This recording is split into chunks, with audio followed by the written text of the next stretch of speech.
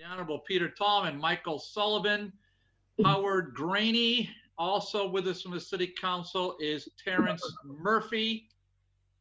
I don't see anyone else from the council here, but if they come, we'll get them recognized. Okay, so the first item on the agenda, we don't have meeting minutes, so we're going to skip that. I'll take a motion to take 2 off the table, please. Motion to take item number 2 off the table for discussion. Motion made and second to remove item number 2 off the table. On discussion, hearing none, all in favor? Aye. Order the Honorable City Council accept the amendments to the HRA Urban Renewal Plan entitled Connect Construct Plan, Plan for Revitalization as presented. The City Council authorized HRA to approve minor non-substantial language changes to the urban renewal if such changes are recommended by the Department of by DHCD, such as clarification of actions mentioned to the plan. So we've taken this up several times. Mr. Chairman, Councilor Graney, just a note, just a note, there's no video on 15. Oh, okay. Thank you, Councilor Graney. Is there, what's on channel 15? It's just, it says CH1 blank, blank, back and forth. Oh. One CH1 government blank, that's all. Okay, let me see if we have anybody here from Holyoke Media. I don't see anybody on. Oh, I see. Well, there's a tab for Holyoke Media. Jeff, he says he's on it. Oh, there you go. Okay, Howie, thank you for bringing my attention. I think we can still proceed. Okay. But thank you. Okay, so we take. I don't see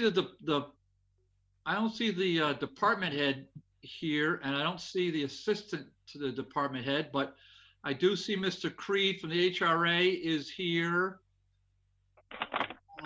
Let's see. John Dijek's here. Mr. Dijek, yes. John, where are you? Oh, there's Mr. Murrow. Marcos, we just took up 2 off the table.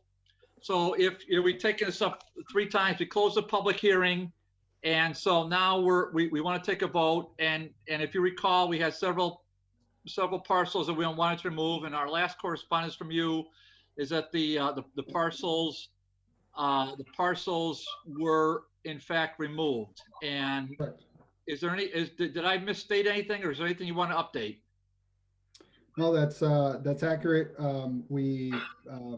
We've been trying to base ourselves off of a model of consensus. We had different conversations with counselors, either staff or the board, HRA board members, addressing the concerns primarily through removal of property, businesses that were operating, folks who had requested specifically to be removed.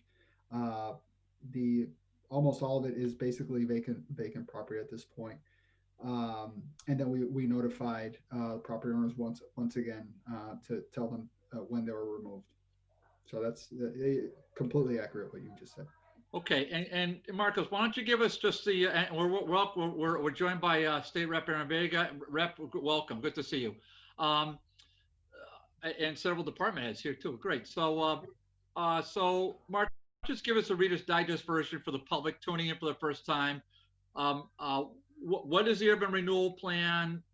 Where does it stand right now? And why are we amending it going forward, please? Sure. An urban renewal plan is the seminal document that provides a plan of action and authority to the Holyoke Redevelopment, to a municipal redevelopment authority, in this case, the Holyoke Redevelopment Authority, which is a municipal corporation charged with doing a series of real estate projects over time in order to improve local economic conditions and reduce blight. The plan can also state broader goals that are applicable not just to the redevelopment authority, but aspirational goals within the community. I probably have a toddler roaming around the office, so my apologies if something happens around me. I'm sorry, I've lost my train of thought there. Yes. So the first urban renewal plan was completed, or at least in modern times, the first one was completed in 2012 and approved by this body, the City Council and the Mayor. It then went to the State Department of Housing and Community Development, which they have to approve it as well, and that happened in January of 2013. The Redevelopment Authority, which is staffed by the Office of Planning and Economic Development, has since then been carrying out multiple projects, whether they be on Ray Street or Parsons Paper, Dwight Street, or South Holyoke. We've come to a point where, in order to complement some of our projects, primarily in South Holyoke, we had the need to amend the plan to include some additional properties as part of the South Holyoke Homes project, which wants to focus on affordable home ownership opportunities. While we were doing that, the administrative process to amend the plan is the same to add one property as it is to add 100. So we felt that it was an efficient use of time if we took a broader look at the broader landscape, not just the next 6 months, but potentially the next 6 years or more, to add some additional properties, mostly properties that were vacant, a few properties that, while occupied, have some historical significance and may be endangered at some point.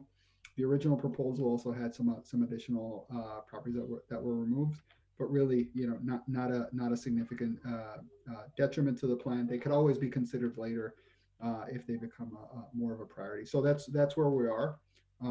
The impetus was primarily South Holyoke, but we took a slightly broader approach in order to be able to respond to emerging opportunities over the next few years. Okay, great, great summary. Mr. Creed, did you want to weigh in? I don't want to put you on the spot. If you don't want to, that's okay. David, I think Marcos put it perfectly, and I think we've had a lot of discussion over the last 3 meetings, and we appreciate your consideration. Okay, thank you. Do any members of the committee want to weigh in on this at this time, or in lieu of that, do you want to make a motion? I'd make a motion to approve the amended plan. I'll second that. Second. Okay, motion's made and seconded to approve the plan as amended. Under discussion. Hearing none. On the motion, all in favor? Aye. Aye. Opposed?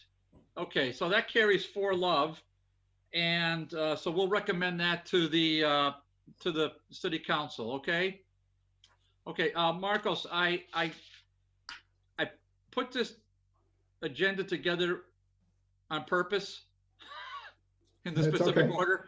I I can know come that's back. not. It's okay. I know it's not user friendly, but No, it's all right.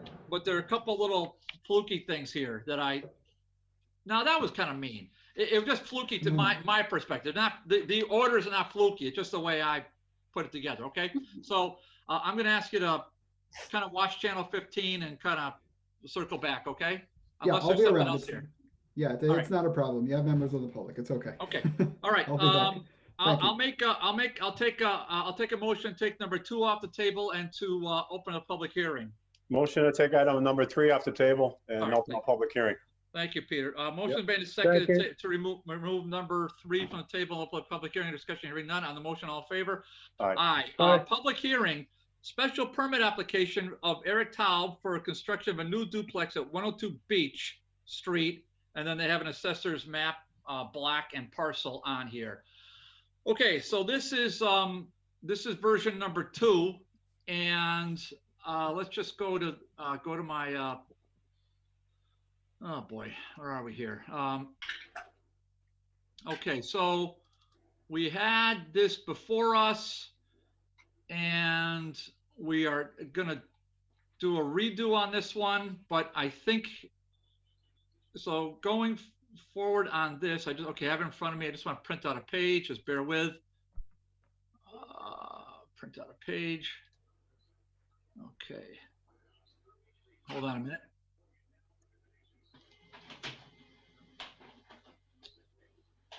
Okay.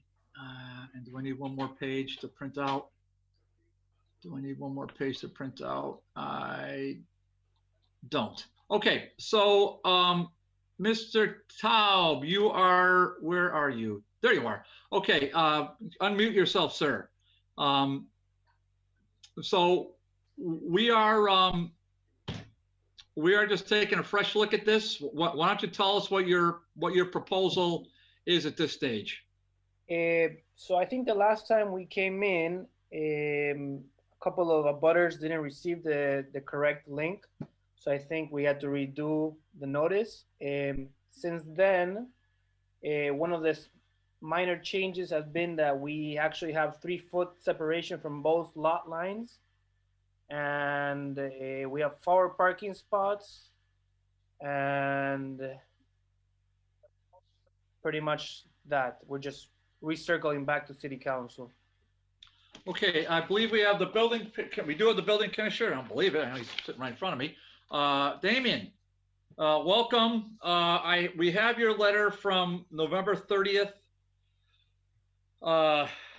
So it's regarding 102 Beech. As you're aware, the project as proposed requires relief from some minimum setbacks based on the plot plan submitted to me November 11th. The minimum setbacks apply, front, side, rear frontage. The plan includes front, side, rear frontage, and then density of the units in relation to the lot have not been provided. The structures should be evaluated for the number of units versus total lot size for the following properties. And you list 5 properties here. So Damien, where, in terms of this letter of November 30th, I assume you put it to the petitioner, and where are we in terms of your questions? So I don't really have any questions. I'm here to answer any of questions you guys may have. The letter's written just to point out specifically the relief that needs to be granted. I think the first version of the city council meeting only provided minimal relief. So the letter is aimed at letting you guys know a couple other things need to be specifically granted. And that's highlighted in the letter in addition to what was through the first version. Now, this is aside from whatever mistake or omission of advertising might have happened. That I'm not aware of. So that the letter covers that. The one thing that Eric didn't have or we didn't discuss was, like I said in the letter, the density. He did send the email, I think copied a few of us on it here, but I haven't had time to really look at that. It's really not obligation of the applicant to make sure it complies. Yeah, Damon, let me just interject. So the plan, the proposed plan includes front to 16 feet, no relief needed, side 3 feet, relief needed, rear 63 feet, no relief needed, frontage 35 feet, relief needed. Is that accurate the way I've interpreted your letter? Yes, and you know, that's accurate. Excuse me, am I allowed to say anything? My name is Diane Manzi. I live at 100 Beech Street. You are, but not yet. Okay. So just stand by, and then I'll say that we are in a public hearing, but we haven't recognized the public yet. So we go through a certain process. Okay. I'm sorry to interrupt him. No, that's all right. This is our first time for all of us. Okay. All right. So let's just go on to, so Damon, so I heard what you said about the density. Mr. Taub, you heard what the building commissioner said about density? Yes, I actually did the numbers, and I think we are in compliance. I just sent it to Damien to confirm, but obviously didn't have time to look at it. So I guess we should be okay. But why don't you summarize? Why don't you just summarize what you sent to him in terms of density? What I did is I counted the units divided by the amount of acres of each of the 5 properties. And so I got different averages, and then I did an average of all 5, and I reached a density of 38.73, which from my understanding, it would be a maximum of 38.73 units per acre, and this property would have 22.7 units per acre. It's below the maximum that we should be. So, because there's one property that has 9 units, and there's another property that has 6 units, so ours actually falls below in the 5. So that's how I understood it. I might be reading it wrong, but there's different ways of doing averages, but I think we fall under it. All right. Okay. So my point is I appreciate your answer. My point is that you've made an attempt to address it. Correct. Yeah. Fair enough. Okay. so we're still going in order. Do counselors have questions for Mr. Cody or for the petitioner at this point? Counselor Tallman. Yes, thank you, Mr. Chairman. Damian, a question for you. The letter you sent us about the side, is that three feet and then 35 feet in the front? Is that something that we have to address, or is that something that he needs to waive somewhere for that distance? That's relief that the council can provide. So the way the ordinance works in DR, and this is the ordinance has been around a while, but not too many properties have been developed utilizing this process. So they take the average of the 5 nearest parcels with a structure on it, being a house or apartment building, and he had Eric, as I'm saying, he had a surveyor look at the other 5 buildings closest, and you're getting the average number. What the average number is coming out to be is more. The average building in those 5 lots is providing a little more setback than what Eric is proposing with the 2-family home. So you would be considering providing relief from that difference. So the house will be essentially closer than what the average would have. But the actually square footage is proper in that area. So You I mean think density? Oh. Yeah, the density, right. That I didn't have time to look at, but I mean, and that's where, if Eric is correct and it's within, if he's doing better than the average, there's no relief needed from the council in that item. We would just be granting him that. But if he didn't have, if he was proposing a more dense development on that small lot than the average of the neighborhood, then he'd have to have relief. Okay, so that's something our committee could do. If we could do that right here tonight, the relief. Yes. Okay, Well, thank then you. the full council, yep. Thank you.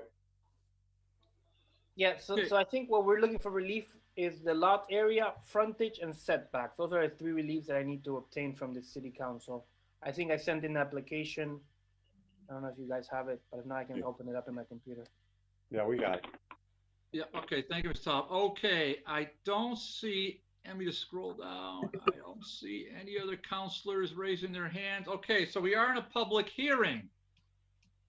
Okay, so I know we have one very interested person who spoke initially. So, Miss, I don't have your name up, and it says 836-727.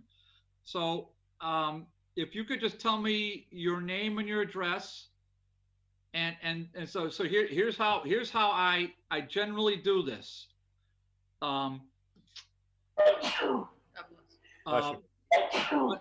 Bless everybody. Okay, so this is how I generally work this, Miss, or anybody for the public.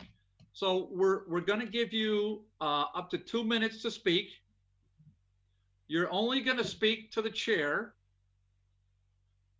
unless you want to ask a question to somebody. Then you say, Mr. Chairman, can I ask a question to so-and-so through the chair? That's fair, but we're not going to get into a back and forth with anybody but me. So that's all. So for any public hearing we have on this committee, I've always done it that way.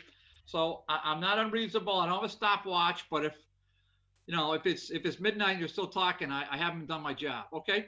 So that being said, if you would kindly, let's start with your name. Oh, I'm sorry. I'm going to ask you to unmute yourself.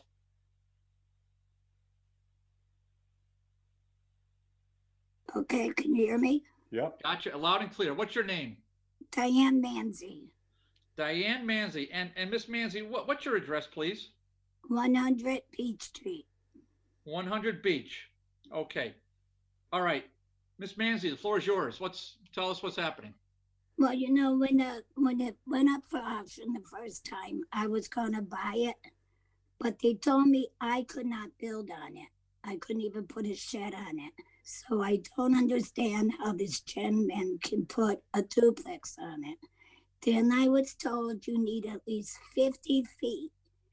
not 37. It's going to be really tight in there. Those people are going to be living right on top of me. They put the house sideways. I don't agree with it. I'm sorry. It's too small. And I don't think it was fair that I couldn't build on it and this gentleman can. Even the last gentleman that had it couldn't do anything. And then all of a sudden you have all these special permits. Where were these special permits when I was gonna buy it? That's what I don't understand. Okay, actually, so you're asking very pertinent, fair questions. So I'm gonna respond to you as best I can, and then so let me take the last part before the first part. Is that okay, Ms. Manzi? So Yes. you're asking about so what we have before us right now is stuff that's quirky as heck in municipal law. And so what am I saying? Well, sometimes what municipal law says, you can't put a square peg in a round hole. So what do? Well, you have to try to come up with a process to not allow the cookie cutter mentality to work. So it's called a special permit process. And that is what is before us right now. So the applicant, the petitioner, as how I refer to the gentleman, the petitioner is asking for municipal relief from not being, because he can't put that square peg in the round hole. Completely impossible. As you rightly point out, 50 feet, it's a no. He can't do it. It's a no-go.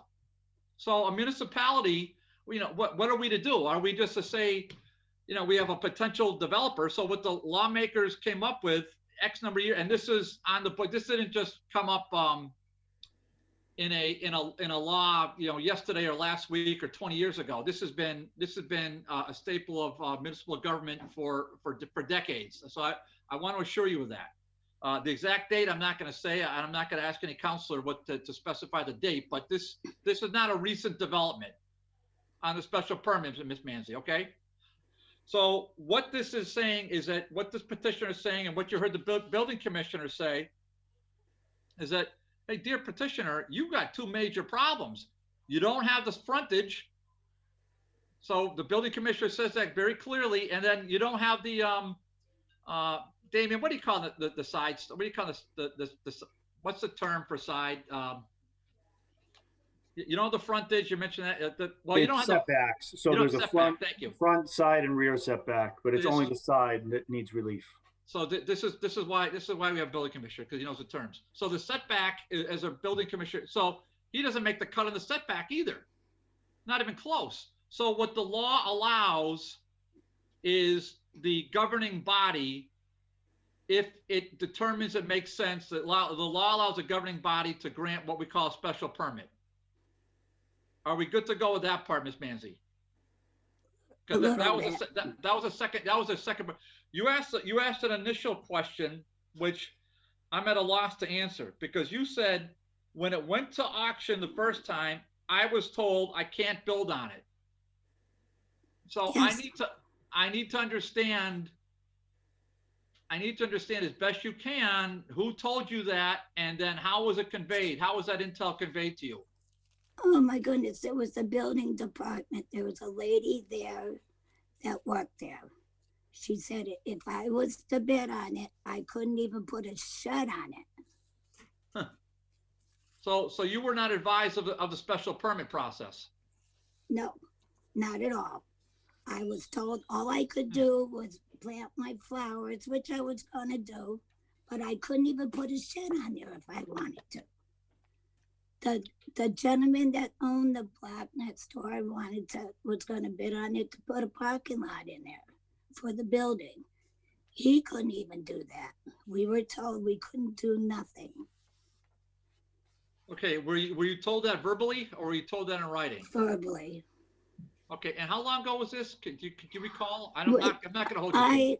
When I moved in here, there was a house there that needed to be torn down, and it took me maybe 5 years to fight you guys to have it torn down, and then they had to go after the landlord for try to get.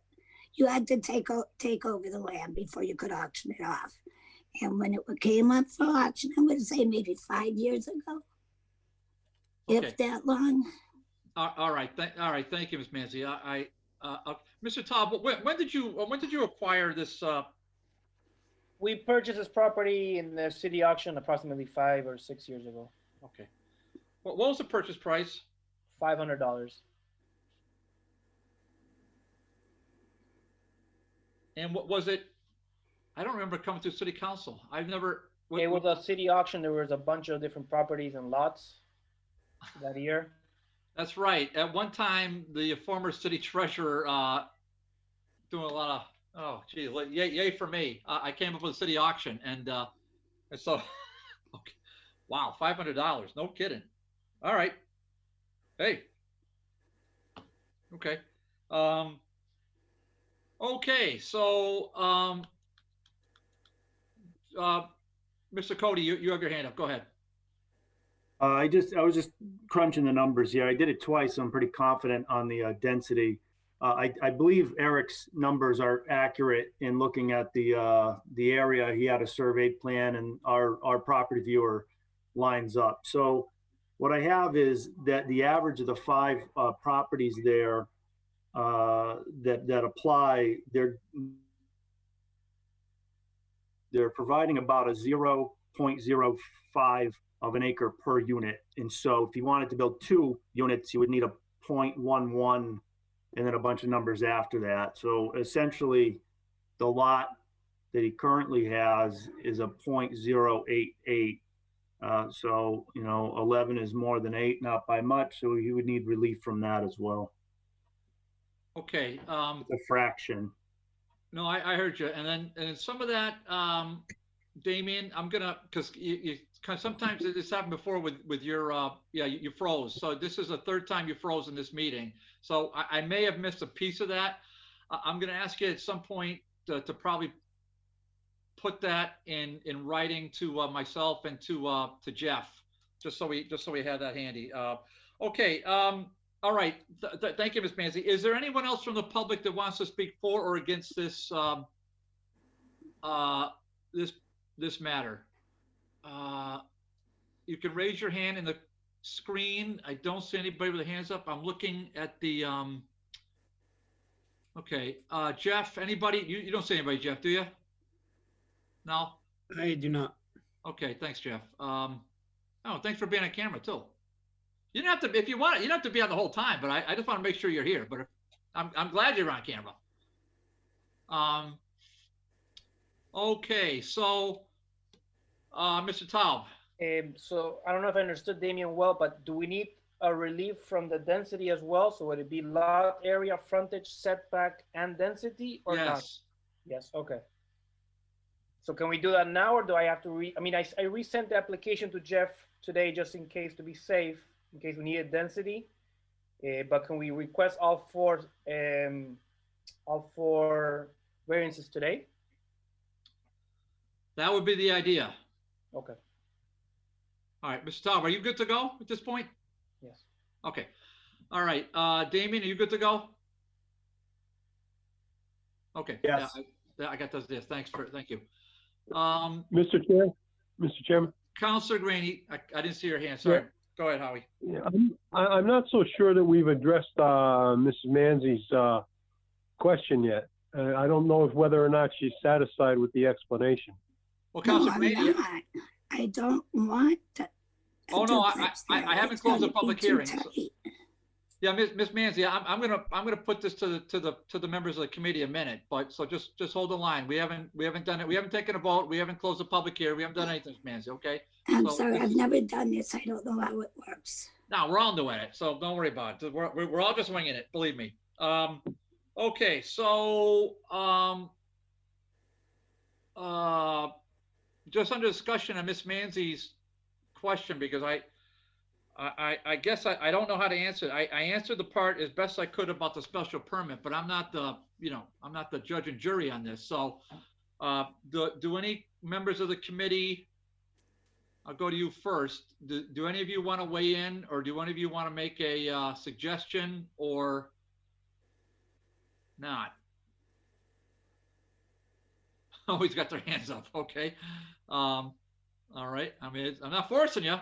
Okay. So So we have silence on the, Councilor Tallman. Yeah, I'm a little concerned that, I mean, she was notified, and maybe I can ask this through Damien. I know there's nothing in writing, but was there somebody, is that somebody from his department told the woman that there was, couldn't even build on this lot, couldn't even put a shed on there? Does Damien have any, would one of his workers say something to somebody like that? That's my concern. So Damien, you heard Peter's question. Do you want to address how that could or may have happened? Or I mean, I guess maybe it's causing you to speculate. If you don't feel comfortable, then you need to say that. But if you want to tell us what could have potentially happened, that might shed some light. No, I can absolutely respond. You know, we get those questions all the time. It's not typical for our clerical staff to answer that kind of question unless it's very straightforward. You know, I don't remember that. It was years ago about any inquiries. When it comes to properties at that time, though, we would never tell anybody that a lot is buildable or not buildable. It was really always made clear that it depends on what you want to build, how you want to build it. There's always relief to be sought, zone changes, variances, so anything's possible. You know, in directly about a shed, you couldn't put a shed on a lot on its own because it's an accessory structure. It has to be accessory to a primary. So maybe that's what it is just a slip of the detail. You know, you'd have to have had a primary structure before you could put a shed. Can I answer that? Miss Manzi, what you can do, because we're open, you can just address me. So go ahead. How do you want to? Okay. They knew it was going to be primary because I live next door. We were going to take down my fence and make it one big yard. So they knew that. The only reason we didn't buy it is because it was going to take years before they switched it from residential to the other thing. I don't remember the word, where the taxes could raise up. They could say, oh, it's a business, and it would have been more than what I could pay for taxes. Right. So that's the only reason we didn't go to the auction. Okay. So you answered my question. So you never attended the auction. Is that true, Miss Manzi? No, not once. We were there that day, but we didn't go to the auction itself. Once they told us that we couldn't put a shed on it, and then we found out about the taxes. It would take a few years before it switched over, and the taxes could go up and up as a residential, and it could go up like $1,000 a year or whatever. We couldn't do that, not on our income.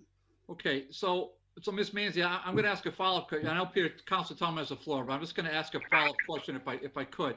So,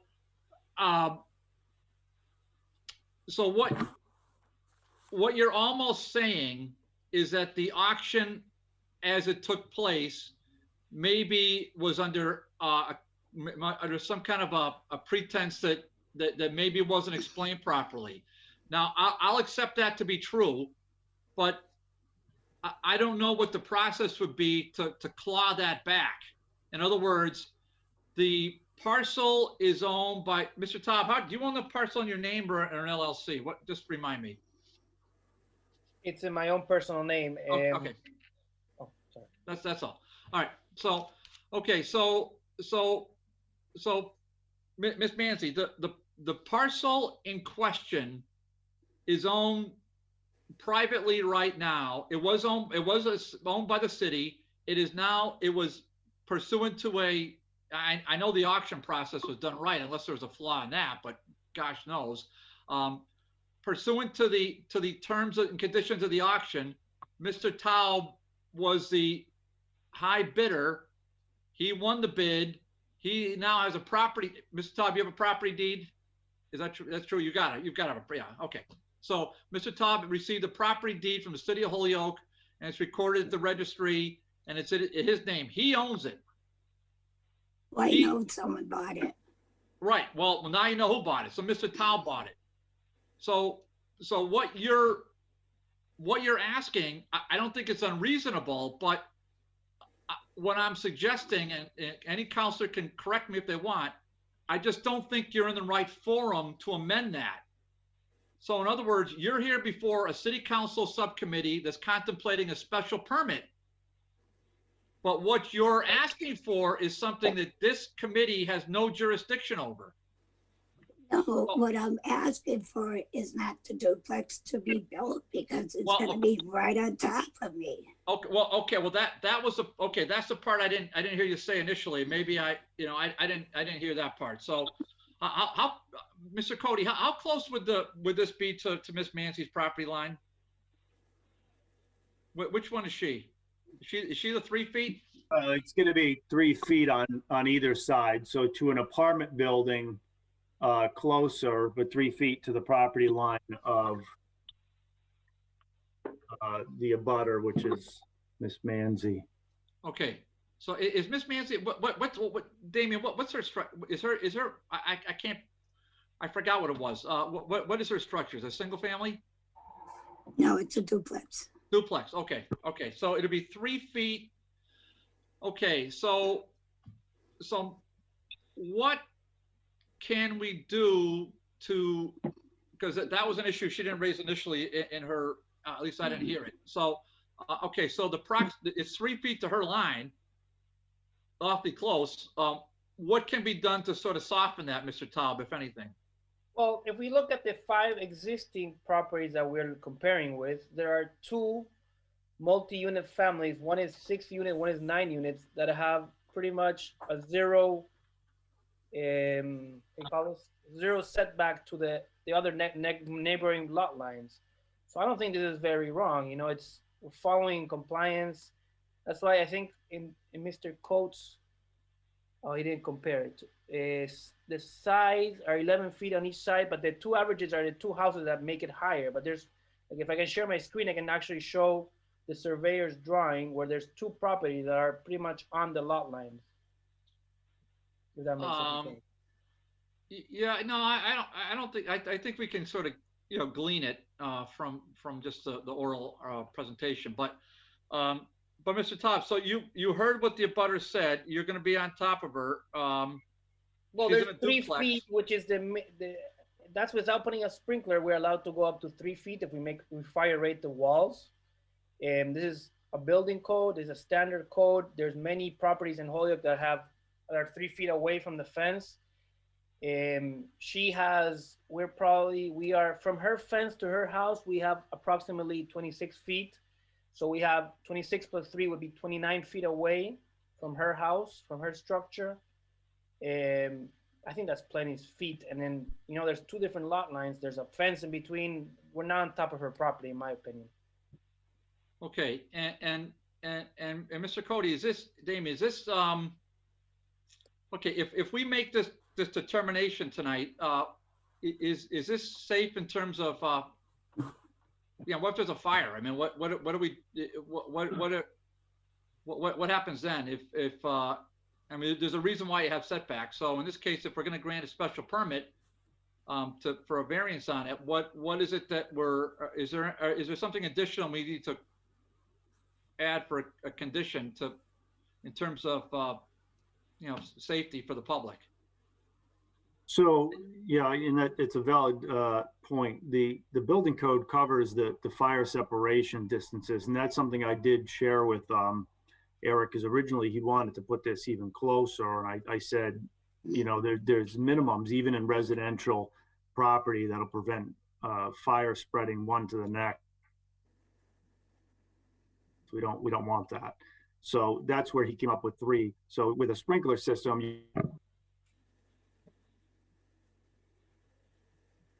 Oh, you guys froze on me. Yeah, just Damien froze. You could put you have a fire rated. Can I say something about the fire? There was a fire in the block next to where he wants to build, and the fire department told us if there was a house there, our house would have caught it. Okay, thank you, Ms. Mancy. All right, yeah, Damien, you're totally frozen right now. So, Mr. Taub, you're live, right? So, what did Damien tell you about the fire suppression, if anything? I think I can't speak for Damien, but I think what he's referring to is we discussed that if we put a sprinkler system, we could actually reach the property line, so have a 0 setback both sides. But we decided to go with a 3 feet setback on both sides and meet certain fire codes within the property itself. So we're gonna have a fire rated wall, which is not a very common thing. Okay. All right. So I guess that's my, all right. So I've been kind of taking this over, but that's not my job here. So what's, Ms. Manzi, do you have any other questions for us at this point? Not unless I don't agree with something being said. Well, I mean, it's just too tight. There's no room to breathe. Those people are going to be watching me eat in my kitchen. I'm sorry, it's just too close. I see nothing but problems. well, would a fence help? I have a fence. Okay. All right. All right, because these are decisions. I don't see the ward counselor here for sure. Oh, I'm sorry, one more thing. Yeah, go ahead. I believe when I bought my house, they told me 8 inches over the fence is mine and 8 inches over their fences is theirs. They had to do that for the fire department to get through to the back. So 8 inches over my fence is supposed to be my land. Yeah. They probably didn't account for that. We're leaving 36 inches. They said 8, they had to, where my fence is, 8 inches on that property is mine. And they had to take 8 inches from that property. So that if there's a fire in the back, this is what they said, if there's a fire in the back, so the fire department can get through with their hoses. Okay, Ms. Manzi, yeah, thank you. All right, so thank you. Mr. Taub, you mentioned, I got one last question for you. You mentioned, because last time we put in a permit off-street parking. What's the parking situation now as it's been amended? So we, instead of having 3, we have to have 4 parking spaces to be in compliance with the building, with the Holyoke ordinances. 4 off-street? 4 off-street that will come in through the back, through the alley. So we don't need any special variance or anything for that. Okay. All right. Do any counselors want to have any questions, or is there a follow-up you want to have? I mean, so your options are the following. You can close this public hearing, you can continue this public hearing, and then take it from there. So you kind of heard the discussion. I don't see anybody else with their hand up. So what's your pleasure? Motion to close the public hearing. I'll second that. Motion's made and seconded to close the public hearing. Under discussion. Hearing none. On the motion, all in favor? Aye. Anybody opposed to that? Okay, that was unanimous to close the public hearing. Okay, so the public hearing is closed. Jeff, I'm going to make sure, just because I don't want to hear it, I'm just going to have you shut off the microphones except for counselors. Jeff, can you do that, please? I just don't want to hear anything. So, all right, under discussion. If you recall, last time we had conditions. We had off-street parking. We had a permit only for the current owner, and then commencement within 2 years. So I would say that the parking would be 4 off-street spaces, and the other 2 would probably still be valid. But I don't know if there's anybody else who wants to add anything based upon what you heard tonight. No other conditions. Okay. All right. Well, I'm going to motion that we add those 3 conditions. One, that the permit is only for the current owner. The project must be commenced within 2 years of the permit being issued, and that there be 4 off-street parking spaces. That's my motion. Second. Motion made and seconded. Under discussion. Hearing none. On the motion to amend this, add the conditions to a special permit, as discussed, all in favor? Aye. Aye. Opposed? None. Okay, so that passes, 4-0. On the main motion, does anybody want to make a motion to approve this with the aforesaid conditions? So moved. I'll second that. Motion made and seconded to approve the special permit with the aforesaid conditions. I wanted to, under discussion, I want to just, because I was a little bit negligent here, I want to make sure that we add a fourth condition that the terms, I don't think we have to, but I always feel better when we do, that the terms of the building commissioner's November 30th letter are added as special conditions. Jeff, do you have that letter? You do. You gave it to me. So I'm going to make a motion that all the terms of the November 30th letter, November 30th, 2020 letter from signed by the building commissioner are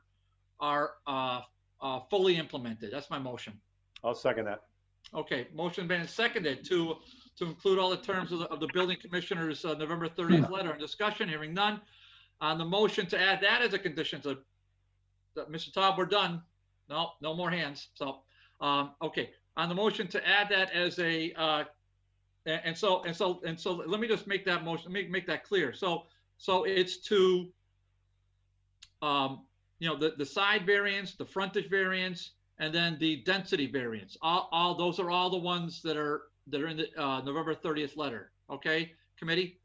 Okay, so I want to make sure we know what we're voting on. On discussion on that. Mr. Chairman. Yep.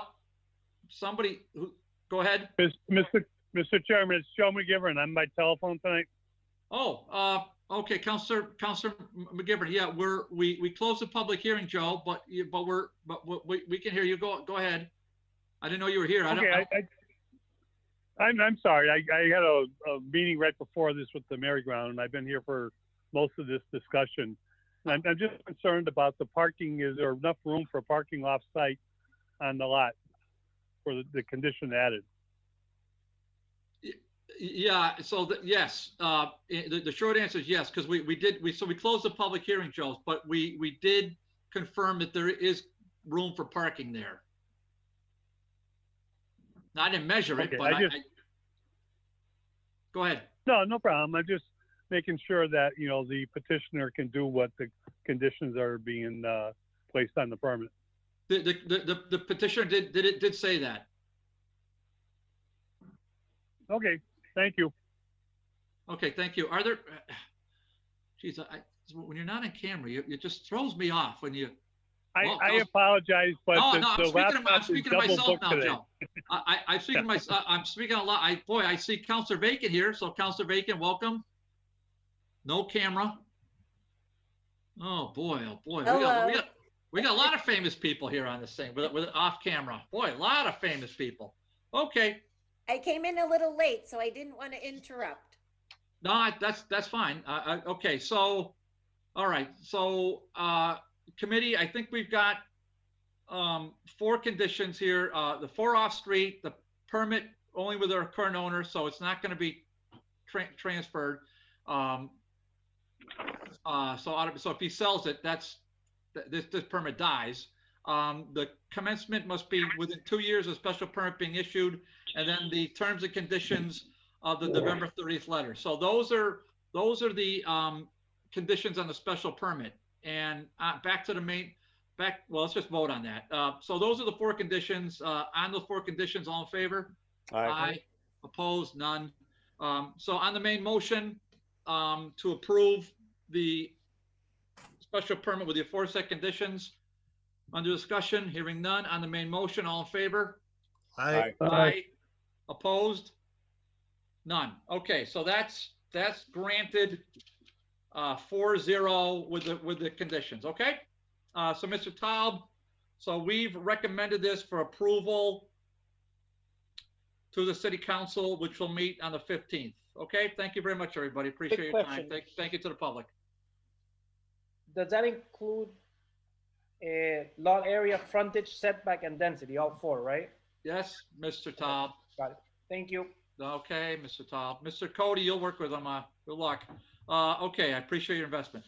Okay, if I could get a motion to take number 4 off the table and open the public hearing, please. Motion to take item 4 off the table and open the public hearing.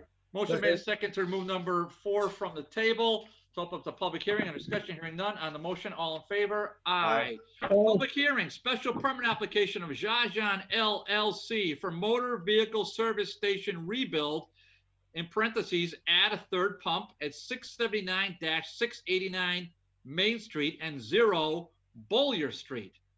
And I'm from Holyoke and I can pronounce Bollier properly. Can't pronounce properly, but okay. So that being said, the petitioner, Mr. Yunus, turn your microphone on so we can hear you. Unmute yourself, sir.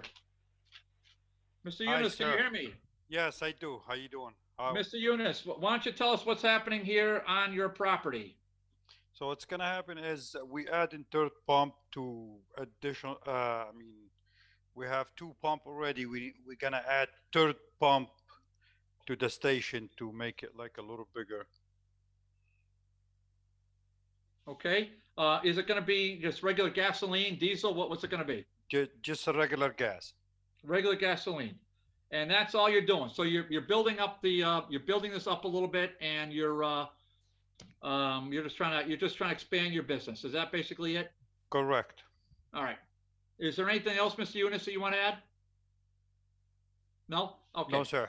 All right. Are there any department heads on this Zoomer that want to address this matter?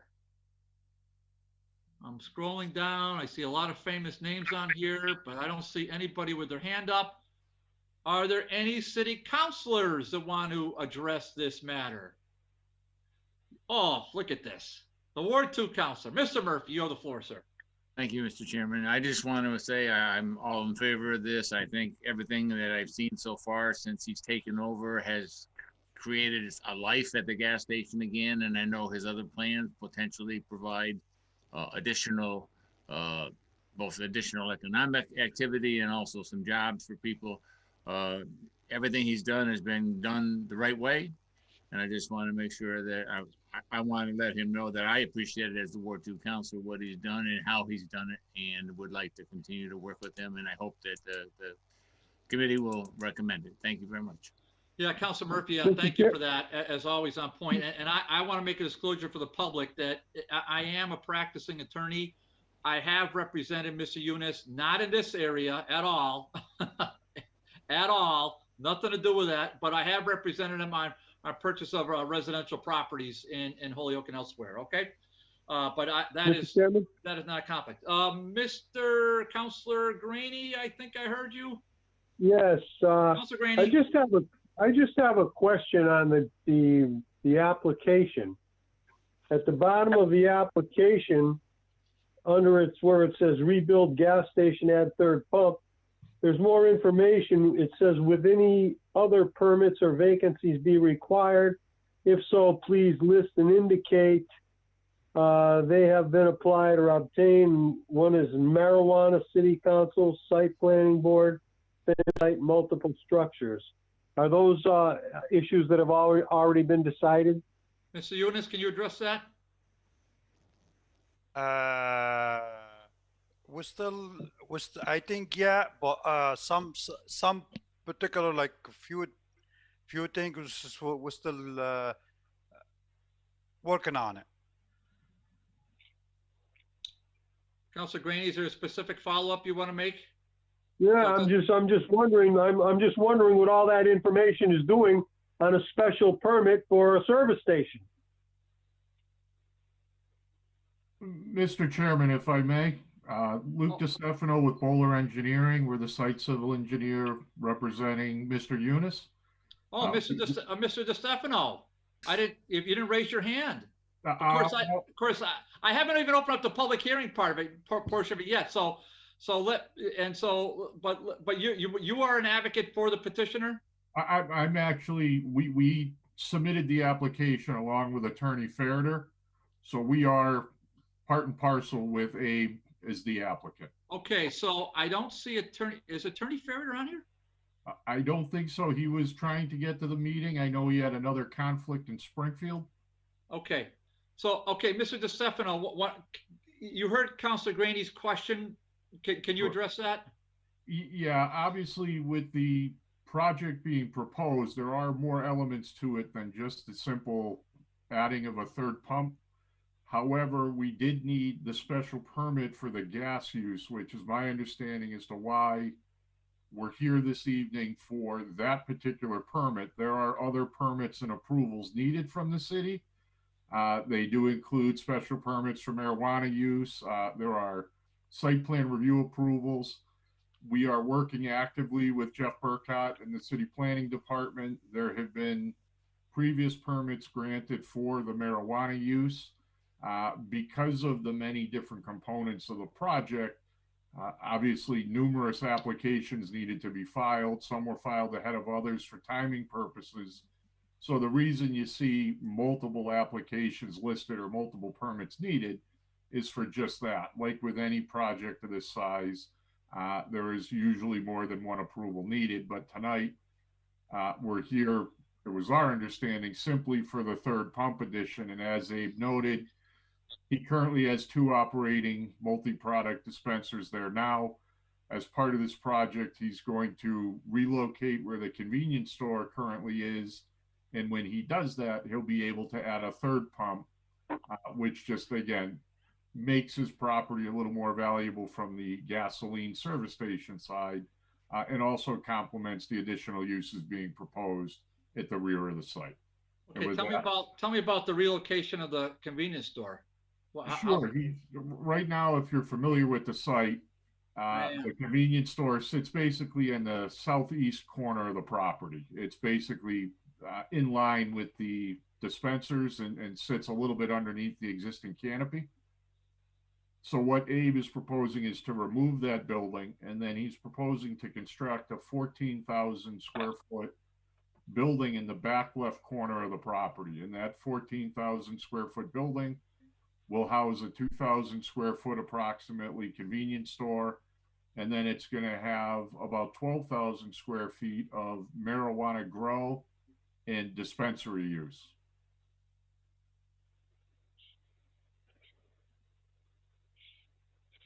Wow. Wow. Okay. Well, I learned a lot. Okay. So, okie dokie. Okay. Thank you, Mrs. Stefano. Councilor Graney? Yeah. Are you good to go with that answer? Do you have a follow-up? Because you have the floor. No, I don't have any follow-up. It's just, this is a much bigger project than anticipated as a third gas pump. Oh, I think I just heard that. Okay, Councilor Tallman has his hand up. Councilor. Yeah, thank you, Mr. Chairman. So tonight we're just voting on the third gas pump. The other stuff is going to have to do something later on, right? Mr. Bowler? Yes. Okay. Mr. Stefano? Yeah. That's our understanding. There are multiple layers of permits and approvals. And this by no means gives Abe the right to do anything beyond the third pump. Right. And also, when they move the station, are they going to, the 2 pumps they have now, are those going to be moved too? No, those will stay basically in the spot they are. He's just, if you've been to the site, if you're familiar with the site. I am. It's really laid out to be 3 dispensers, but because of where his convenience store is, it was limited to 2. When he relocates the existing building that's there, he's going to free up the area beneath that third row of canopy columns, which would allow for the addition of the third dispenser. Okay, so the third, it'll be right within where the other 2 are. Correct. It'll be right in line with the other 2. In line with them. Okay, thank you. You're welcome. Yeah, so Mr. Stefano, just so I'm clear, it's right in line. In other words, it would be to the I don't know, to the north of the other 2. Is that wrong or is that right? No, you're correct. If you're familiar with the site, there are 3 sets of canopy columns. 2 of them have dispensers in between them. 1 of them has the building beneath it. Where that third row of columns is going, or where that third row of columns currently is, that's where the third MPD will ultimately go. Got it. Okay, Councilor Murphy.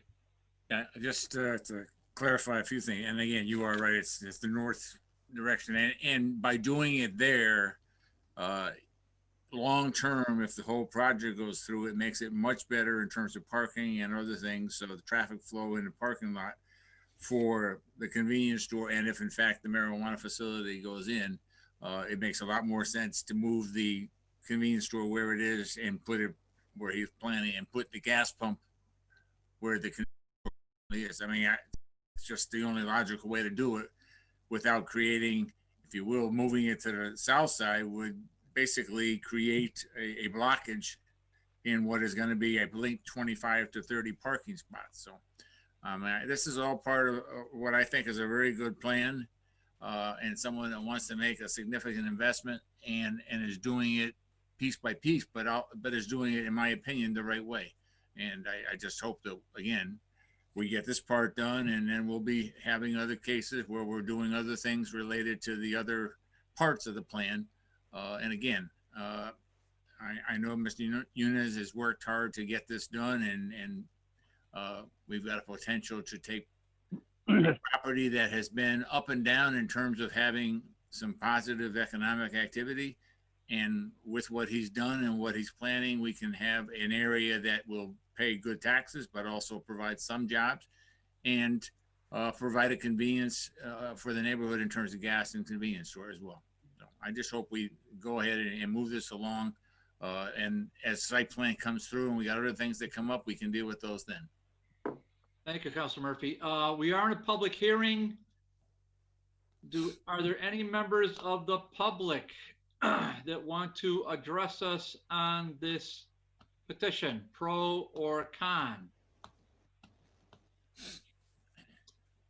Hearing and seeing none on that one. Okay.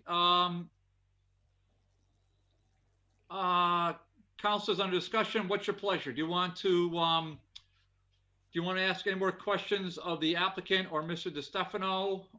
Do you want to keep the public hearing open and continue? Do you want to close the public hearing and move forward?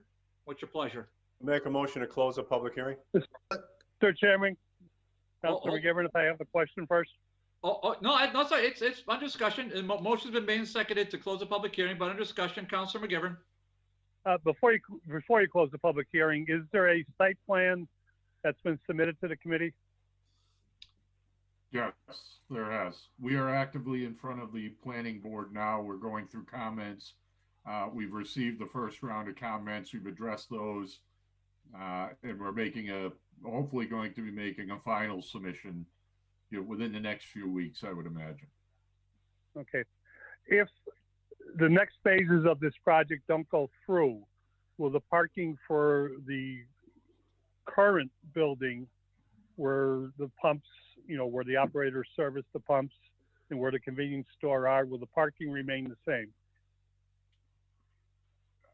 I don't want to speak for Abe, and I'm sure he'll correct me if I talk out of school. My thought would be, if the entire project, if you will, is not approved as it's currently designed with, whatever modifications we work through with planning, my guess is he would leave the existing operation as it is today. I'm not certain he would be making that significant of an investment if he's not able to get the entire project as currently scoped. Understood. And I'll tell you, my only concern, my only thought and only concern is the what ifs, and is that there's still a good flow of traffic on the property if the full project doesn't go through with the third pump. Yeah, I mean, I've been to the site. He still has adequate parking. It's a little bit of an older layout, so it admittedly is not as efficient as a newly designed facility would be. So we're certainly going to see major improvements if he's able to reconstruct it as we have currently laid it out. But the site has been functioning for many, many years. And if it remained as is, it would still function, just a little bit less efficient than it would under the redesign scenario. Yeah, it's functioned differently over the years, and I'm just, like I said, it's just, if you don't go through with the full project, is there still going to be enough parking and safe traffic flow with the third pump? Well, again, you wouldn't see a third pump if he doesn't, if the rest of the project doesn't get approved, the existing convenience store is gonna stay where it is. You won't have the ability to add the third pump.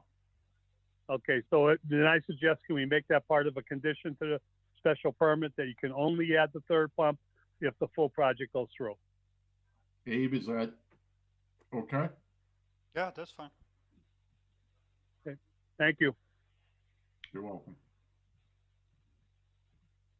Okay, so any other counselors, anybody else? Because we do have a motion made and seconded to close the public hearing.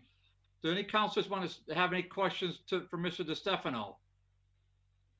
Let me just say under discussion. So you heard what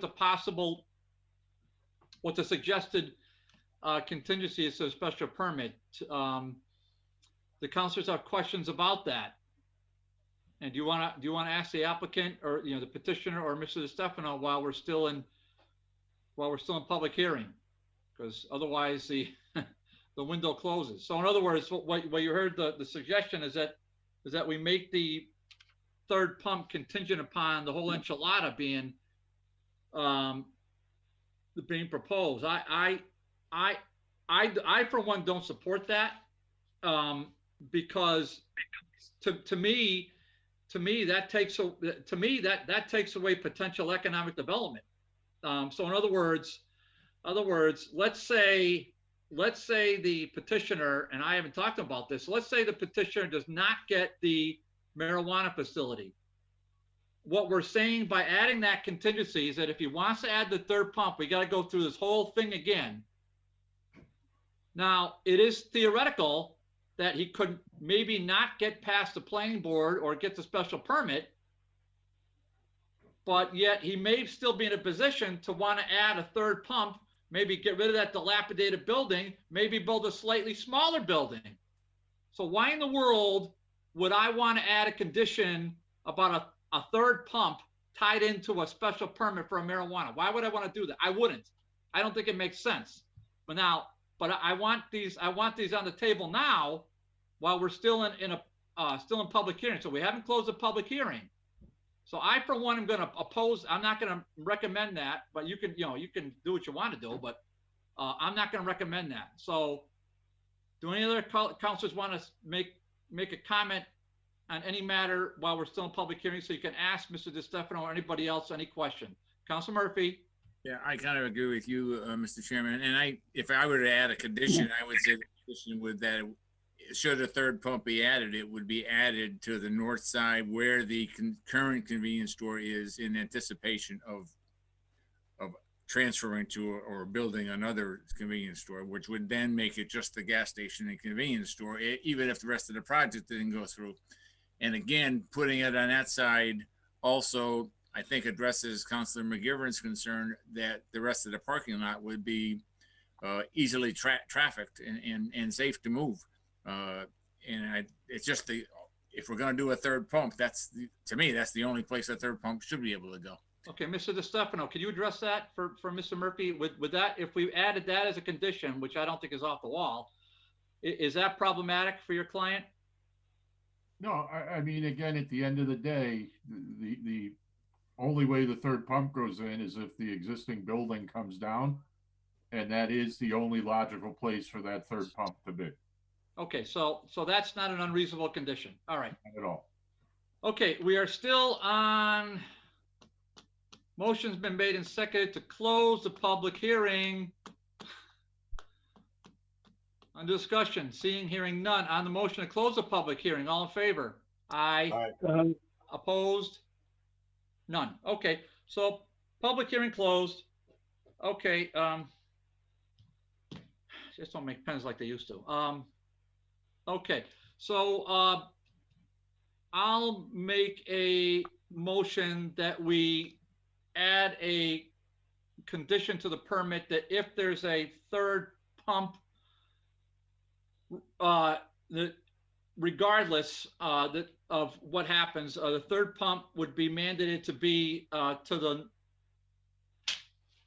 north of the current pumps. So that's my motion. I'll second that. Second. Okay, motion made and seconded to add as a condition. On discussion. Hearing, seeing none. On that motion to add that condition, all in favor? Aye. Opposed? None. Okay, third pump. Jeff, you getting this stuff? Yes, sir.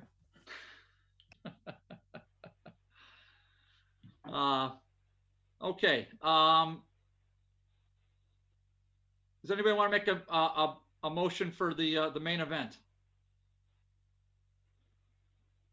Make a motion to approve the special permit as amended.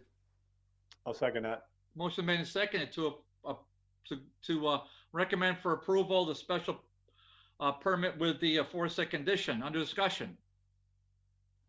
I don't see anybody's hand up on the motion. All in favor? Aye. Opposed? Aye.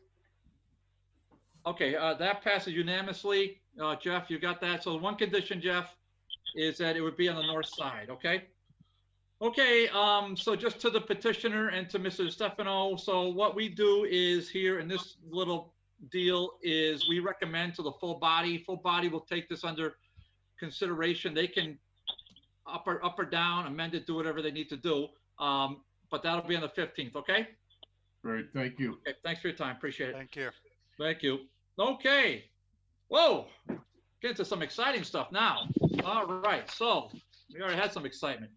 Motion to take up item number 5 off the table. Yeah, just a point of order for my own point of order. Counts to my friend Councilor Sullivan. Should we take these up separately, Councilor Sullivan?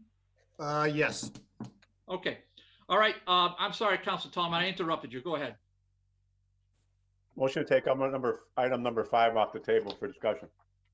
Motion is made and seconded to remove number 5 for the table for purpose of discussion. On discussion, hearing none on the motion. All in favor? Aye. Number 5, Mike Sullivan, Todd McGee, 12-120. Wow, do we turn these around fast in this committee? That's pretty good. 12-120. That the Honorable City Council approve a grant in the amount of $175,000 to Kestrel Land Trust. By the way, this is taxpayer money. Okay, so that's just property tax money. Let's be aware of that. Said grant is for open space and will be used to fund the acquisition of 14 acres of land abutting, well, I should say Scotts Tower. This will be a key component in leveraging a $435,000 400 phase 1 project. Additionally, Mr. Anderson Burgos, I tell you what, he's coming around, this young man. Voted on by CPA committee, 7 yeas, 0 nays, 2 absent. Okay, so thankfully we've got Councilor Sullivan here with us, our liaison. I'm going to shut up and turn it over to Councilor Sullivan. You have the floor, Mike. Yeah, this was a great project that came before the CPA committee. When we go back to when we first adopted the CPA, we had some public hearings, and we probably had 20 roundtables with the public, probably 8 to 10 members of the public at each table. And as far as the projects that the public would like to see, Scott Tower came out at every single table as one of the primary targets and desires of the public. I was glad to see this one come forward. It's a great use of leveraging the funds. We've got a few people here right now. I can see them on the screen. I'd like to give them a chance. They've waited patiently to talk to us. We have Mr. Walmsley, I believe, from Kestrel, and Yoni Gloskauer also from our Conservation Commission. So if we could give them a chance to speak, I think that'd carry this forward. We will. So what we'll do, we'll go in regular order, unlike other committees. We'll actually follow procedure. And so I'll take a motion to suspend our rules and to allow the public to address us on this point. Motion to suspend the rules and allow the public to talk on this point. Second. Motion made and second to suspend on the motion. On discussion, hearing none. All in favor? Aye. Aye. Okay. So here's what we're going to do, because we do this all the time. Let's see here, and I appreciate everybody's patience, but hopefully you're entertained. It's like Gladiator. You're not entertained. Okay, so, but what we're gonna do when the public who wants to address us on this, and we always welcome the public in all seriousness, we always do. But the only ones that get to make speeches are the elected officials. So the public, what you're gonna do is, within reason, name and address, that's important. So just try to just say, my name is X and my address is Y. And then, gather your thoughts, 2 or 3 minutes, hopefully you can say what you have to say in 2 or 3 minutes. And then, we're not, this is not a round table, so we're not asking everybody else what they're, you're just addressing the chair. Okay. Everybody got the rules? All right, good, green light. Okay, so Mike Sullivan is our liaison, so we try to follow Mike's lead on this, but he says some of you want to address us. Yoni, you're kind of the department head. Why don't you give us your take first? And I know you're the department head, so you don't have to give, just give us your department and your name and your department, and we'll go from there. Okay. Cool. Thank you, Mr. Chair. My name's Yoni Glogauer. I'm the Holyoke Director of Conservation and Sustainability. I've been working on this project for a few months now with Kestrel Land Trust.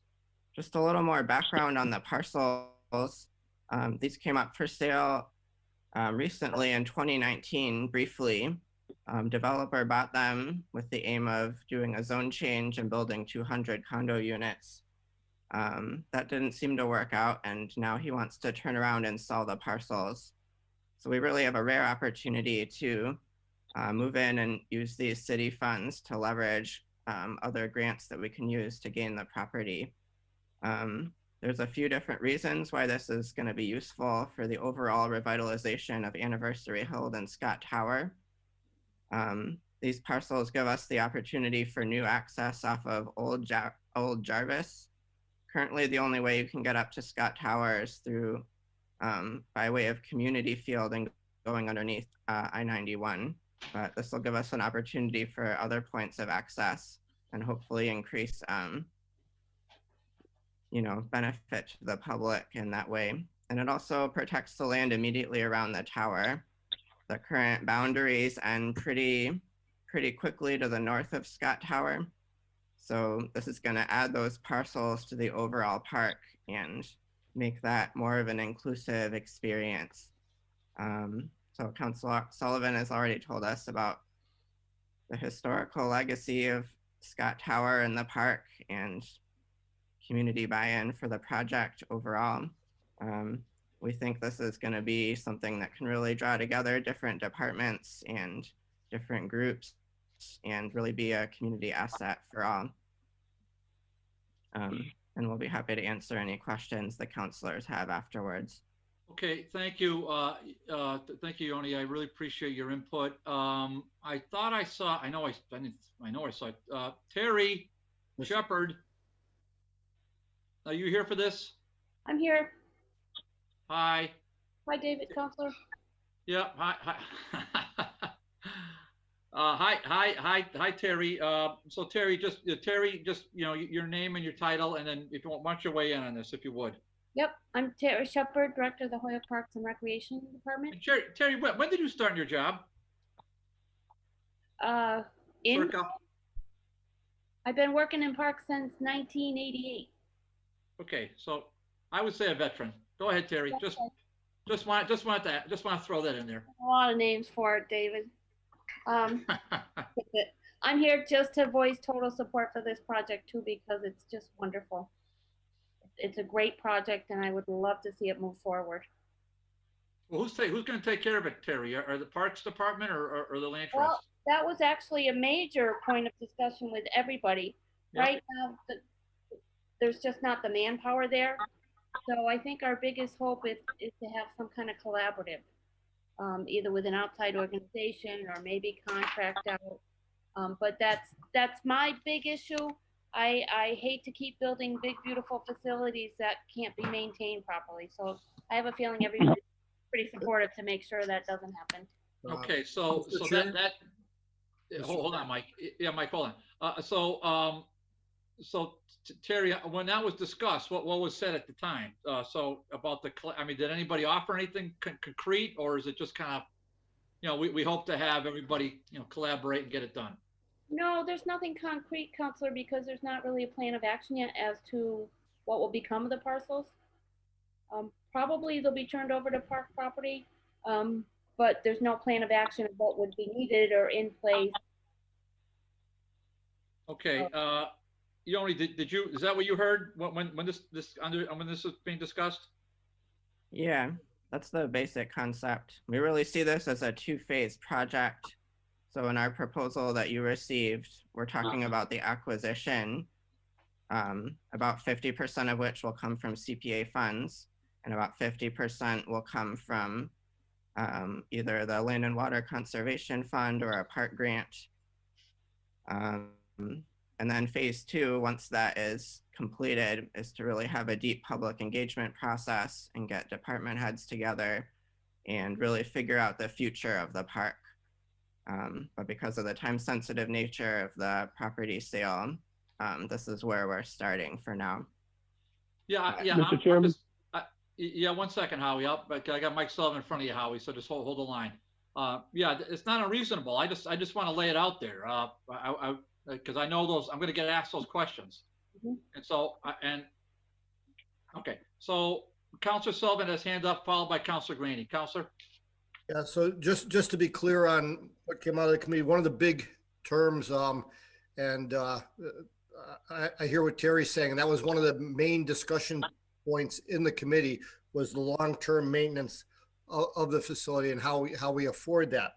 One of the things that was most attractive about it, and I believe when Mark Wamsley gets a chance to speak, he'll address this in a little more detail, is it's, to my knowledge, one of the first times I've seen Kestrel come with a long-term plan that includes a long-term commitment to getting grants and programs for the continuing maintenance and programming of activities at the site. And that in itself was a huge selling point, that we're just not going to add to the burden of our already stretched thin Parks and Recreation budget. And hopefully Mark can address that. Couldn't agree more, Mike. Councilor Graney has the floor.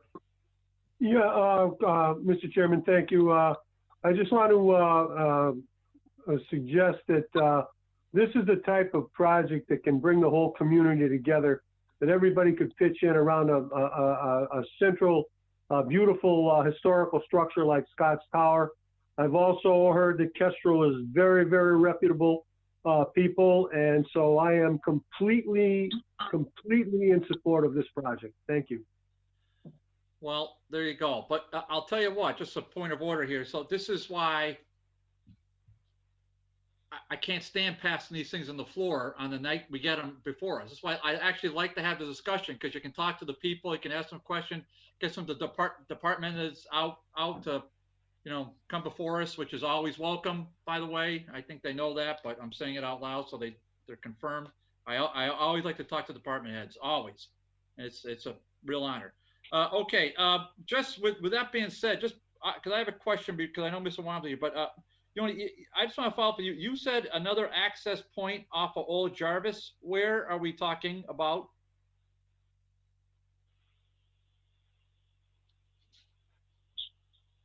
Sorry, I was on mute. Can I have permission to share my screen? I can show you the parcel map. Oh yeah, most def. Go ahead. It says host disabled attendee screen sharing. Jeff has to deal. I don't know how to deal with that stuff. That's not me. Jeff, can you help him? Oh, I'm the co-host now. I could really. There we go. Okay. So yeah, this will help give everyone a picture of where we're talking about. So just for all the members of the public, here's community fields. Here's I-91. Here's the existing parameters of Anniversary Field. Here's Scott Tower way at the north, really close to the boundary. These are the 4 parcels that my mouse is hovering over that are in question. And here is this little one that connects directly to Old Jarvis Road. The city also owns a right-of-way right here. That's what this long end is. Yeah, who owns that? Is that the Parks Department or is that the G&E? I'm not sure. Okay. No. It's not park department land. If I could, Mr. Chair. That sounds like Joe, but Joe, is that you? Yeah, just Overlook Drive. There's a right of way from Overlook Drive into the land. It used to be a proposed entrance to Scotts Park when Shamora Pool was up there. And I think it's not just a right of way. I think it's a paper street that Overlook Drive keeps coming in. Okay, so that's the city of Holyoke owns that, but it's not specific to the Parks Department. It's just the city of Holyoke owns that as a paper street. Okay, thank you, Joe. Joe, you want the floor still? Or you good? I have a couple of questions, but when it's my turn. Okay, well, Yanni, okay, so you did your thing.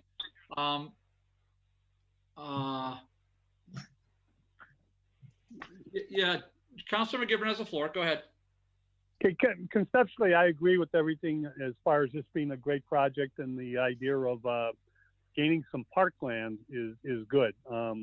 We've done a lot of things with conservation restrictions, which gives us passive parkland, but I just want to make sure if we're using this amount of money, number one, it is going to become parkland. Terry? Did anybody answer that? I believe that's the intention when all is said and done. What would all said and done be? Hopefully when something's developed and the city's not just stuck holding the bag for more property. I'm not sure if I understand that, Terry. I mean, this is a lot of money to spend. If we're not getting something out of it, why are we spending the money? Oh, no. Either way, if it doesn't turn into parkland, I believe Yoni and I talked about either parks or the conservation department. Just to have it. Well, conservation department, the state pays good money for conservation restricted land. So why tie up CPA monies if we're not going to get parkland out of it? I'm assuming after the purchase and there's a plan in place. After a plan is in place and the project's moving forward, then it would be turned over or donated as parkland. I don't understand why they don't recognize Mark Walmsley. He's got the answers to every single thing that's in the book.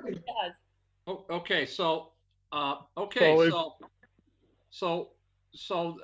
know who that was, Jeff, but somebody with their thoughts out loud. And as exciting as those thoughts are, unfortunately for them, I have the gavel. I know it's a bummer, but so Councilor McGivern is recognized. Go ahead, Joe.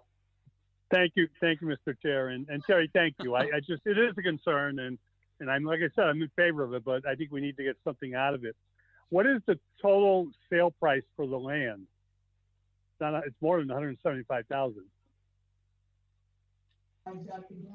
It's, I believe that it's 350, but why don't we? Where's the rest of the money coming from, Councilor Sullivan? From, I believe from Kestrel, but I think right now some of these questions, if it pleases the chair, if we could allow through the chair, Mark Walmsley to directly answer all of these questions. That was Mary Moriarty that was speaking, a new member of the CPA committee. Oh, wonderful. Well, Mary's always welcome to pitch in. We love to hear from Mary. But I just want, I think Mr. Walmsley, Mike, if I may, just write to my friend Mike. He's got a pen and pad. He can write. So maybe they're rhetorical now, but he's got a pen and pad. He can ask him. But Joe has the floor. So I just want to go in order if I could. Sure. So go ahead, Councilor McGivern. So I mean, that's my second question. Just where the rest of the money is coming from. And I understand the leverage is for another project within the city. Is that a committed leverage, or is that just a proposal? That's how the money is going to be freed up to be used. Okay, so yeah, Terry, is that your? Yoni is much more well. Yoni? Yes. You want to try to answer that for Councilor McGivern? Yeah, sure. So Kestrel has already closed the deal on this parcel. The total sale price was $300,000. That was a bargain sale from the appraised price of $336,000. It would absolutely become part of the park and go to become parks land. And we would draft The conservation restrictions are a requirement for CPA open space projects, and also for the matching grant that we're planning to apply for this month. But we would certainly include provisions to allow us to selectively clear some of the trees and add gazebos or other structures. It would all still be passive use in those parcels, but it would absolutely be, it could be shaped however the planning process goes and become part of the park. So I mentioned that matching grant Land and Water Conservation Fund that's due February 1st, and that will provide the other $150,000 for the purchase of the property, and also hopefully for the beginning of some community engagement and planning process that we would then continue through other grant applications. Did I answer your question? Well, it does, but I want to get my concern out is with these other pending grants applications, you know, what if these grants or what if the full project doesn't come through? What happens to the parkland? Does the city own the land no matter what? Yeah, so this is discussed a little bit in our summary that we gave to the city councilors. Kestrel Land Trust would consider a bargain sale for the city just for the $150,000 that's appropriated. In the worst case scenario that we don't want, they could sell it to a developer, and then these appropriated funds would go back to the CPA. We think we have an excellent shot at getting these grants. You know, Land and Water Conservation Fund, we've already been in touch with the state administrators of that grant program, and they're really excited by the project, and it seems to fit in exactly with what they're looking for. And then we have another shot with the park grant. That's the Massachusetts Park Lands and Acquisitions that can also be used for this type of project. So we have two opportunities there in this first year alone. But at no point is the city on the hook to come up with those funds that are outstanding. There are all these other options that we would pursue first. Okay. Yeah, you know, this is Joe McGivern from the city councilor. The summary you're talking about, did that come in with the full package, or did you give it to the committee? I believe, I can't speak to that. I believe it was submitted to all the members of city council, but I could be mistaken. Yeah, Joe, it's dated November 24th. That's what we received as a full council. I just have my copy, Joe. I can, and we'll have to. I know that Jeff's working on getting all this. So we talked about that the last full city council meeting, making sure that all members, not just committee members, get everything. So Jeff's working diligently on that, and but you still have the floor, Joe. I just you know. Thank you. I got one more question, Mr. Chair, and thank you, Yanni. So the leverage for another, and the reason I'm asking these questions is this is conceptually, I agree, it's a great project, but we're taking what is land that can be developed and put on the tax rolls and making it into parkland, which is not a bad thing. But there's mention of another project taking place that this money would be used to develop in the city. Is that something that can be shared? Yes. So it's our understanding that the current property owner wants to sell off these parcels. It seemed like it would be too difficult to pursue the condo project that he had in mind for these areas. He would use the funds from the sale to develop a separate shovel-ready project on Holy Families Road. That's what I understand. Okay, thank you, Yanni. And Mr. Chair, I think my point, and I appreciate the committee taking this up if you're going to act on it this evening, which is okay, that we just make sure the precautions are in place that if we don't get the other grants and this doesn't become parkland, the $175,000 is returned to CPA. I think the reverter clause needs to be in place for that. I mean, we can't, you know, commit anybody to another development in another part of the city, but that would be a worthy project knowing what's going on in that area. And this has been talked about for years to be developed, and it is a very difficult The last proposal that came before us were for some single-family homes and some, I think, duplexes actually, which may have upset part of the neighborhood. And making access would have been very costly for that type of project. I doubt the 200 condo units would have ever gone in. But with that being said and done, it's still property that can be developed until if we get something out of it, then it's worth it. And that means we get parkland. Okay, Thank you. Thank you. Thank you. Before I go to any are there any other counselors with their hands up? I don't see them. Mr. Walmsley, welcome. Just your, I think you heard a lot of discussion. I think that please, identify yourself. I know you're with the Kestrel, but just say yourself. And then why don't you just give, before you get into, why don't you just give us a 30-second overview on the Kestrel Land Trust before we start diving into the to the main event. Just tell us a little bit about so you just, you identify yourself, the Kestrel Land Trust, and tell us a little bit about what it is, and then why don't you sort of address some of the concerns you heard tonight and proceed from there, okay? Sure. Thank you, Mr. Chairman. Mark Walmsley, Kestrel Land Trust, 1086 Burt's Pit Road in Florence. Again, Kestrel Land Trust, we have been around since 1970. We're actually just celebrating our 50th anniversary this year. We serve 19 towns in the heart of the Pioneer Valley. We primarily focus on conservation of forest land, farmland, and parkland. Honestly, for most of our existence, many of our projects have been in partnership with municipalities, kind of providing technical assistance and kind of other capabilities that, particularly for towns who didn't have professional staff, we could help them with conservation projects. So we were very thrilled that this project came our way. This is the rare second bite at the apple. As Yoni mentioned, we heard about this project, or this potential project, first in 2019, and we could not move quickly enough on it.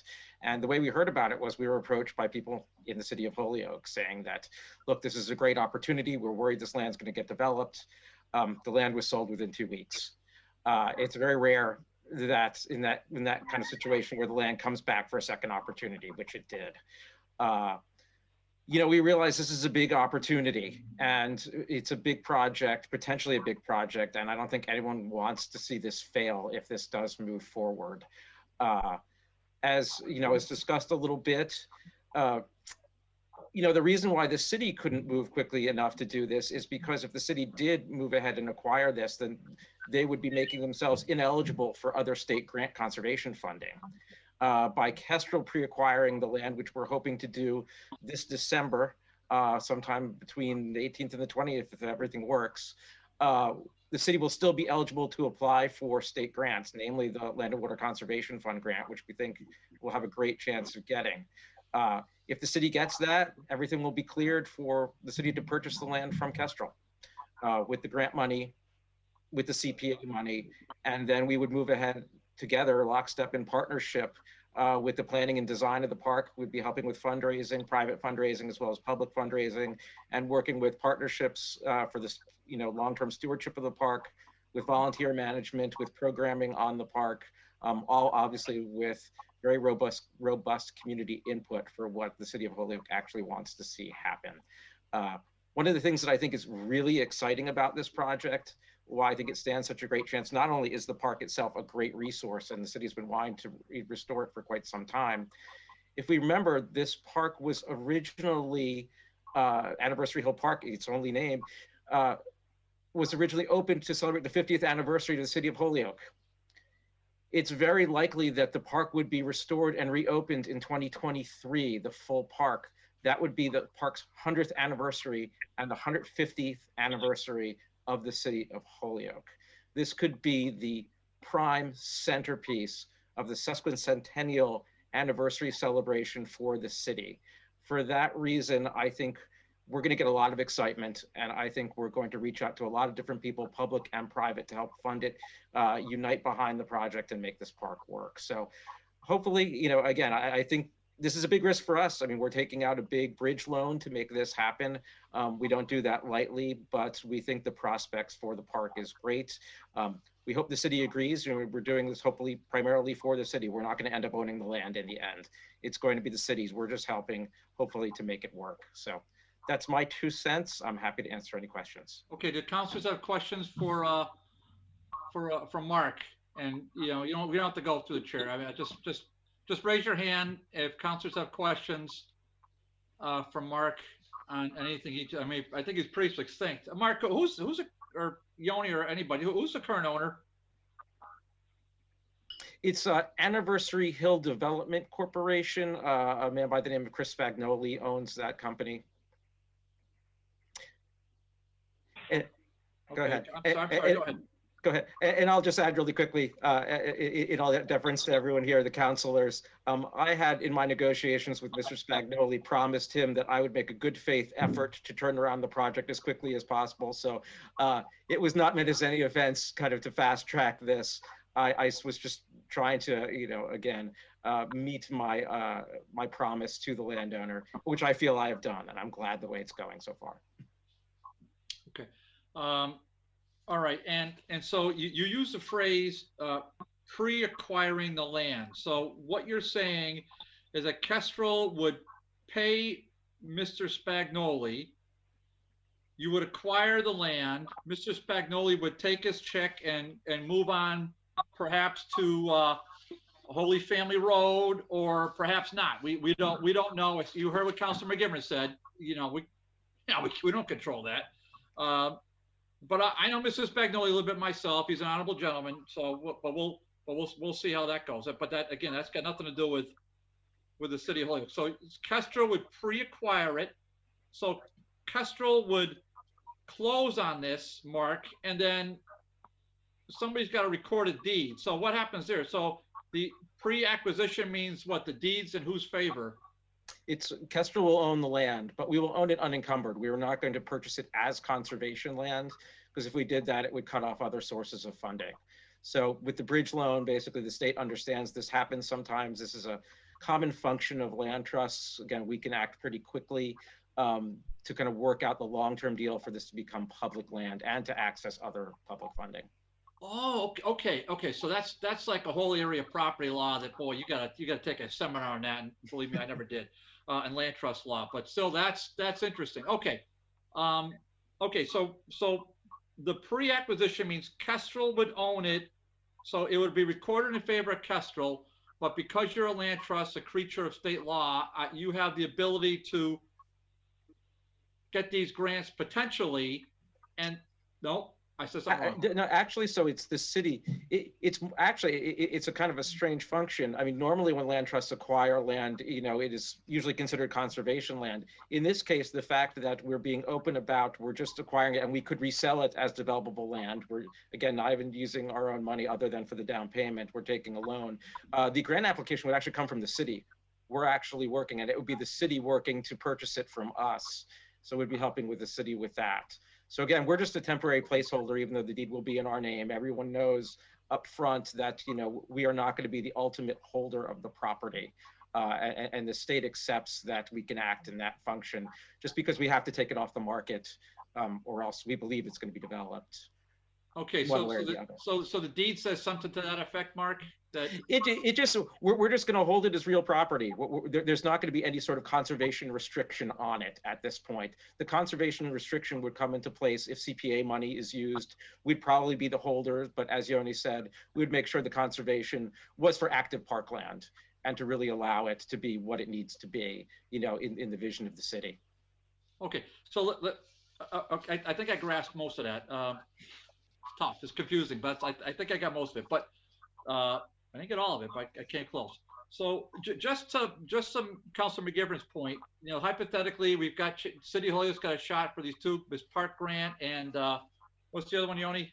Land and Water Conservation Fund. Land and Water Conservation. Okay, Mark mentioned that to me earlier. Okay, you mentioned that earlier. Land and Water, and then park grant. Okay, all right. Okay, Mark, these two things blow up. City of Holyoke doesn't make the cut. I mean, okay, so because we heard the good part, City of Holyoke gets one of them, and then you do the transfer back, and it goes to City of Holyoke as parkland. So I got that part. But now for the bad part, Okay, it doesn't work out, the grants don't come through for whatever reason, then what? Mark? Yep, sorry, yep. Well, Yeah, you well, asked what happened, sorry. Yeah, so the grants don't come through, Sure. what happens? Sure. I mean, it's a little unclear. I think, again, we don't want to see this fail.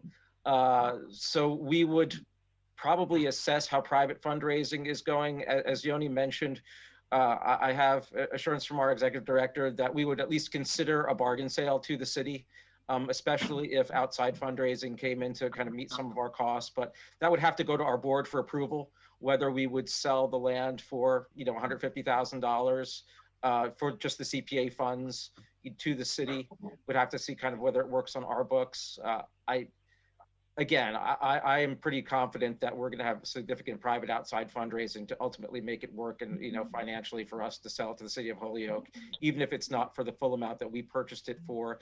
Again, as Yoni mentioned, the worst case scenario, if the whole thing flopped, we could turn around and sell it to a developer. We have it appraised. We have a pretty good appraisal. Again, it matched the assessed value of the property, but the appraiser felt that the highest and best use was as 2 estate lots, 2 kind of around 7-acre estate lots with magnificent views of the valley. So 2 big houses. We really don't want to even go there. I feel bad putting it out in the universe. Yeah, I think we would really try and make it work with the city if the outside grants didn't come through. Okay, and then my last question, I'll turn over to any other counselor. Just Yoni or Terry or Mark or Mike, whatever. The $175,000 from the Community Preservation Act, so taxpayer money. Where's that going? I mean, where who's holding that once we approve it? Where's it going? I'm missing that. With this. The majority of it is actually going to stay with the city. $150,000 is going to stay with the city. The city wouldn't be using that unless you actually purchase the property from Kestrel. The $25,000 is because of a quirk in the grant funding. We actually need to, and I say we, it's the collective we, the city and Kestrel. We can actually, both the park grant and the Land and Water Conservation Fund grant, we can go back to those for the ultimate renovation of the park. And they kind of almost expect you to. But in order to apply for the second round and even a little bit for the first round, we have to show that we've done significant community outreach work in the city. Again, the next phase of Land and Water Conservation Fund can pay for design and restoration of the park, which is, I think, what the phase 2, what we put in our application. But we have to do some work before that application. So we wanted to set aside some money. So, the city could hire, a firm, probably a design firm, to at least get that basic done for community outreach, start getting the community input. And there would be continued community input throughout the design process in phase 2. But you need a little bit of seed money to kind of get that going and apply for the application. So 150 would stay with the city, wouldn't be expended unless the park was, unless the land was purchased from us. Some of that, the $25,000, would be used, at least a portion of it, for the seed money to get the community outreach process going and set ourselves up for the grant applications. Okay, any other counselors want to raise their hands or on this matter? Questions? None. Okay. Anybody want to make a motion? I would like to make a motion to approve the expenditure of $175,000 in CPA funds for the acquisition of the 14 acres of land. I'll second that. Okay, motion's made and seconded for the approval and discussion, hearing none. On the motion to recommend that for approval to the full city council, all in favor? Aye. Opposed? None. Okay. All right. So Mark, Yoni, you heard what I said earlier. We just recommend, and then the full city council takes it up. In this case, it'll be on the 15th of December. Okay, gentlemen? Thank you, Mr. Chairman of Committee. Thank you so much. Okay. Can I get a motion to take number 6 off the table, please? Motion to take item number 6 off the table for discussion. Motion made and seconded to remove item number 6 off the table on discussion. Hearing none. All in favor? Aye. That the city council approve a grant in the amount of $250,000 to Wayfinders. Said grant is for housing and will be matched by CDBG. Oh yeah? In order to access a $16.4 million state grant. Voted by CPA committee, 5 yeas, 1 nay, 1 abstain, and 2 absent. Councilor Sullivan, you have the floor. I'm not quite seeing anybody here from Wayfinders. But let me give it a try. I thought we were going to put this one off, Dave, till the next meeting because of the tightness of this agenda. Mike, I don't want to put you on the spot. If you want, we can table it, and then we can take it up on the 14th. Would you feel more comfortable? Well, let me give it a shot and see how many questions I can't answer first. All right. Wow. Okay. So what I can tell you about it is, yeah, this one here, it's pretty good. Wayfinders, this project's been going ahead. They've already made significant progress down there. If anybody's taken a ride by, the biggest discussion in the CPA was around the time limit of tying up this amount of money. So in the contract, there are certain hurdles, and if they're not met, and that's what I don't have is the exact numbers for you. I believe it was August 30th. If they don't receive the grants from the state, then the money will just revert back, become unencumbered again. Right now, all it's going to do is encumber the monies, and it's contingent upon them getting these other grants. So that was the biggest point of discussion on the whole thing, was how long to encumber the funds for. And well, where's the project? And then how do we say it's going to be matched by CDBG? How do we say that? Well, because we've been informed, and as we all know, we don't have much control over what happens with CDBG funds. Well, we have no control, so there's that. So yeah. So how do we? Okay, so what I'm going to have a series of questions. So I guess I'd want to have somebody from the mayor's office on this one, Mike. So Jeff, we can invite them. Why don't we table this for now? That's my recommendation. And then to the administrative assistant, why don't we contact the mayor and Mike Bloomberg and see if they have some input on this, and then certainly we want to get the Wayfinders people here if they're available. Okay. Mr. Chairman, I'll make a motion to table. Second that. Motion made in second table, non-debatable. On the motion, all in favor? Aye. Aye. The motion is tabled. All right, so we are going to move. Okay, we're going to leave 7 on the table because that was that's relative to this as well. So let's just skip over 7. Mr. Chairman. Who's that? Joe McGivern. Joe, I'm sorry, Joe. I couldn't get your voice. Joe, go ahead. Sorry, just on item 7, was that a late filed order? Yes. If you recall, that was late filed at the December 1st meeting. I don't even have a communication on this. Okay, I was just asking if we could get a copy of it out by Jeff. Jeff, is that okay? Green light that? Yeah, absolutely. Thought I sent it out today. I apologize. Jeff, you may have. I didn't really get to city council stuff a whole lot today other than this. So you may have done that, and I'll just triple check my email tomorrow, okay? I just had a weird day. Okay, so that's going to stay on the table. Thank you. If I could get a motion to take number 8 off the table, please. Motion to take item number 8 off the table for discussion. Motion's made and seconded to remove number 8 from the table. Discussion, hearing none on the motion. All in favor? Aye. Order that the city council, in accord with 30B and the city's procurement ordinance, vote to accept the offer from Bay State / Kindred Healthcare Partnership to purchase the land and building located at 45 Lower Westfield Road for $250,000. The property is identified by the Holyoke assessors, et cetera, as zone multifamily residence and professional office, parenthetically RO. All right. So, let's see here. Oh, God, we got all sorts of famous people for this one.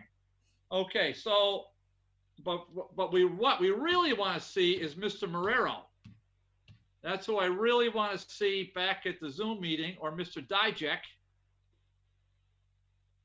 I want to see Mr. Marrero or Mr. Dijek, but I don't see them yet. So, so let's do it this way then. Let's do it this way. We'll go out of my normal routine. So that's gonna screw me up for a month, but we'll figure that out. Okay, the petitioner. I know Senator Knappich is here, but Senator Knappich, Senator Knappich, why don't you introduce yourself and your team and sort of tell us a little bit about and hold on a second. Ms. Florio, are you here for this order?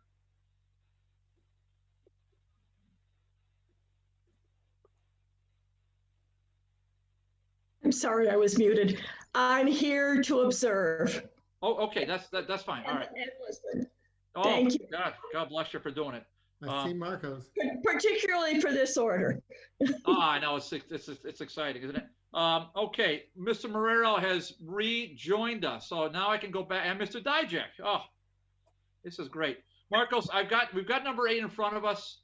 I was going to go to the petitioner, but now that you're here, why don't you tell us what's happening on this, and we'll proceed accordingly, okay? Yes, sir. I have a PowerPoint deck that I can share if that's okay. Oh, yeah, please. Okay. Hopefully I get this right. 1 second. Let me just put it up. Okay.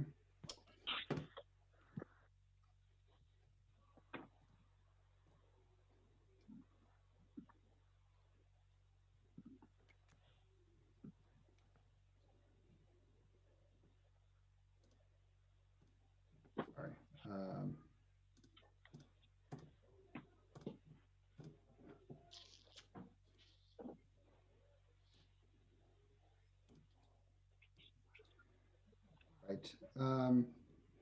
This is not the ideal way of showing it, but it's the only way that was working. So this is the former Geriatric Authority site. The proposal that we have before you is a partnership between Basic Healthcare, Kindred Healthcare, and O'Connell Development. You are all probably familiar with the site. It's at the intersection of Lower Westfield Road and Holy Family Road. Several years ago, we actually split the site up to take out the congregate house from the sale, as well as to parcel off a couple of acres to the south that we have also sold for a housing development. That's actually more properly seen in this on this slide. This is the congregate house right here where I'm moving my mouse. This acreage over here, about 3.5 acres, was parceled off. The site that we're selling is this right here in the middle. A brief timeline, the site was declared surplus and started to be marketed through an RFP in middle 2017. By middle 2018, we had already received a proposal from O'Connell Development to do housing. And after some initial due diligence on the site, they actually withdrew their proposal because it was clear that it wasn't financially doable given the cost of demolishing the structures there. By November 2018, we secured a series of other proposals, which was part of the last process that was before the city council. One was a psychiatric hospital, also by Bay State Health, with at the time a partner called US Health Vest. jointly they were B2 Health. A large housing project that ultimately was not favored due to the developer's experience, although they were chosen for the development on the smaller proposal development on the southern lot. And the third proposal was a special education school. By spring of 2019, the Health Vest Bay State Health proposal was approved, but by the fall of 2019, that partnership had dissolved.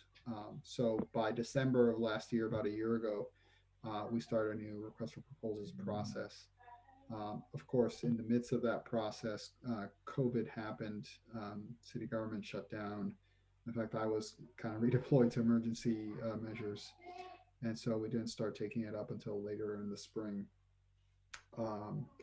And the proposal has been reviewed since then. The proposal is to do one hospital, anywhere from 70 to 125,000 square feet. Some parts of the proposal are still pending, and so they are not clear on the final square footage yet. But it would be a sizable development, demolishing all the structures and making one new hospital on the site. The project would be up to $43 million in investment. Under the proposal, Kindred Health would be the physical developer of the site and manager of the site, while Bay State Health would provide the clinical management and oversight. O'Connell Development would act as an advisor to Bay State. As I said, this would completely demolish the structures for 70 to 125,000 square foot building. The base proposal is 120 beds, as was back in the spring of 2019. However, there is the possibility that they would extend that to 150 beds, which is why the uncertainty on the final square footage. As before, over 200 jobs are expected on the site. There will be a hiring preference for Holyoke residents, as well as for displaced workers from other healthcare sites in the valley, which would be consolidated to create this one, something that had been discussed also in 2019. Their estimate would be 1 year from approval to construction, to start construction on the site, and 2 years from approval to having the first patient come in through the door. As before, the offer is $250,000 for the acquisition of the land. We did bake it into the RFP. You may remember that we were able to negotiate as kind of as an insurance to the city, a period of time by which, regardless of ownership, the property would have to pay taxes. We actually made it a precondition of the RFP this time that it would be perpetual. So there's no 10-year restriction on paying taxes. This would have, regardless of ownership, it would have to pay taxes forever. And on the low end of the size of the building, our best estimate is around $200,000 in taxes. Of course, if it's a much bigger building, then the assessment would reflect that value. So in essence, this is a very similar proposal, unsurprisingly, to what this committee and the council approved before. And I say unsurprisingly because Bay State, as the largest healthcare provider in the region, was looking to do this product. Their dissolution with U.S. Health Vest was very particular on their relationship, but they sought another development partner so that they could provide the same type of care that they were looking at doing before. And so, unsurprisingly, they've come back with the same proposal. Unlike last time, however, this was the only proposal we received in this round. I think those are the highlights. Happy to answer any questions, but of course we do have the project proponents here, and they can offer some more in-depth insight if the committee would like, and if the proponents would like. They also did share with me a presentation that I can project on their behalf. Okay, thank you, Marcos. So I don't have any questions myself, but let's just see.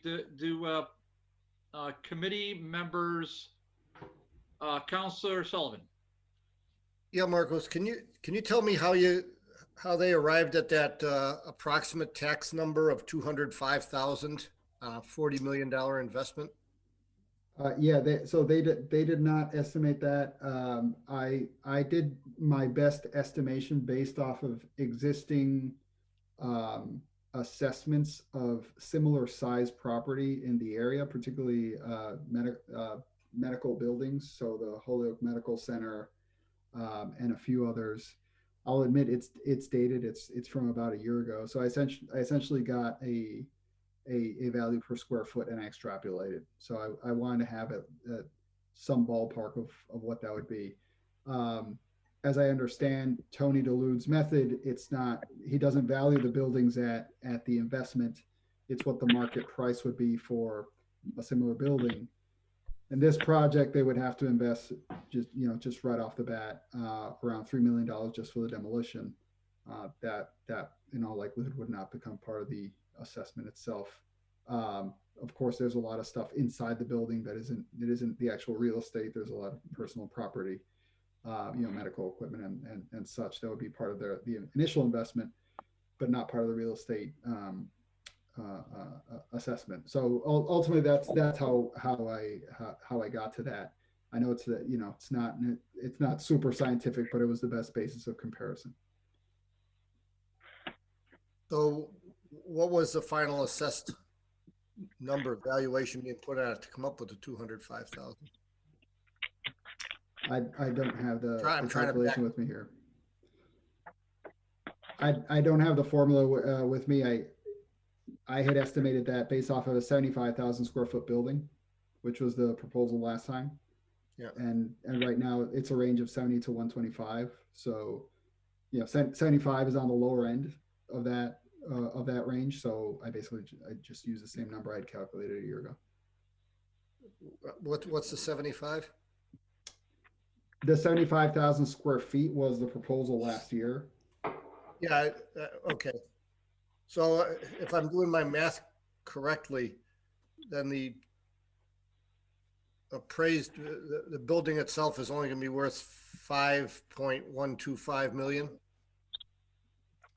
So it was somewhere around there. I think I took the larger building of the Holyoke Medical Center. I think the Bay State Health building, the former Wang building. I took that one. I'm not sure if I took what other buildings I took. I was essentially trying to look at what the assessments were with other medical type use buildings in Holyoke. It's possible this will be, I'm trying to get to give an order of magnitude here. It's maybe going to be more because it's a new building, right? So I'm not making the assessment on the building, but when someone asks how much it's going to generate, I can only go by what our assessments seem to be in the city of Holyoke. So that's how I extrapolated it. Okay, thank you. Thank you, House Sullivan. Any other counselors have a question? Councilor Murphy. Yeah. Thank you, Mr. Chairman. And let me go into the taxes again. So just to make sure, I know the last time we talked about the arrangement, it was an agreement to pay X number of dollars on a yearly basis, if I'm not mistaken, for 10 years. And then it was going to be renegotiated at that point. This now is, they are going to be a full tax-paying entity. Yeah, so this time, as last time, they're going to be a tax-paying entity. However, our concern last time was that if it was ever sold to a non-tax-paying entity, the real estate would cease having that benefit to the city. So last time we were able to negotiate. HealthVest was able to provide the guarantee that for 10 years they would be paying taxes. That was the last time. This time what we did is, at the point in which we issued the request for proposals, we made it a restriction of proposals that proponents, applicants had to acknowledge that this was going to be a condition, that it wasn't going to be 10 years, it was going to be tax paying forever. So just to follow up on that, and I know I'm getting old, Marcos, but if you could talk a little louder. You're always the quietest voice when we're on this Zoom for some reason. When you're in person, you're pretty loud. It's probably my bad computer. Here you're so quiet. I have a hard time hearing you.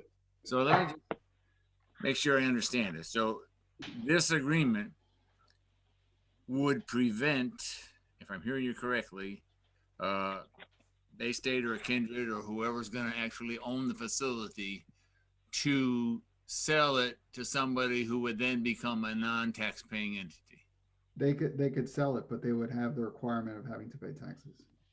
So whoever buys it would have an obligation to pay the taxes. That'd be part of their agreement to sell it. Okay. It would be in the deed, yes. Okay. Now, a few other, let me also say, I mean, and I've said this before, now I'm going to say it now because I think healthcare and how we're doing it and how we are, in many cases, taking away community health services, just like we lost community health services when Providence Hospital closed their psychiatric care unit. We're talking about doing the same thing here to the people that get serviced in Greenfield, the people that get serviced in Palmer, and probably the people that get serviced in Westfield to some extent. I'm going to assume that in most cases, a significant portion of the families of those patients in those areas would be probably somewhere between 45 minutes and an hour out of Holyoke, where they're 15 or 20 minutes from their current facilities. And that is a concern. It's a concern. It was definitely a concern for the city of Holyoke when Providence was closing its psychiatric unit.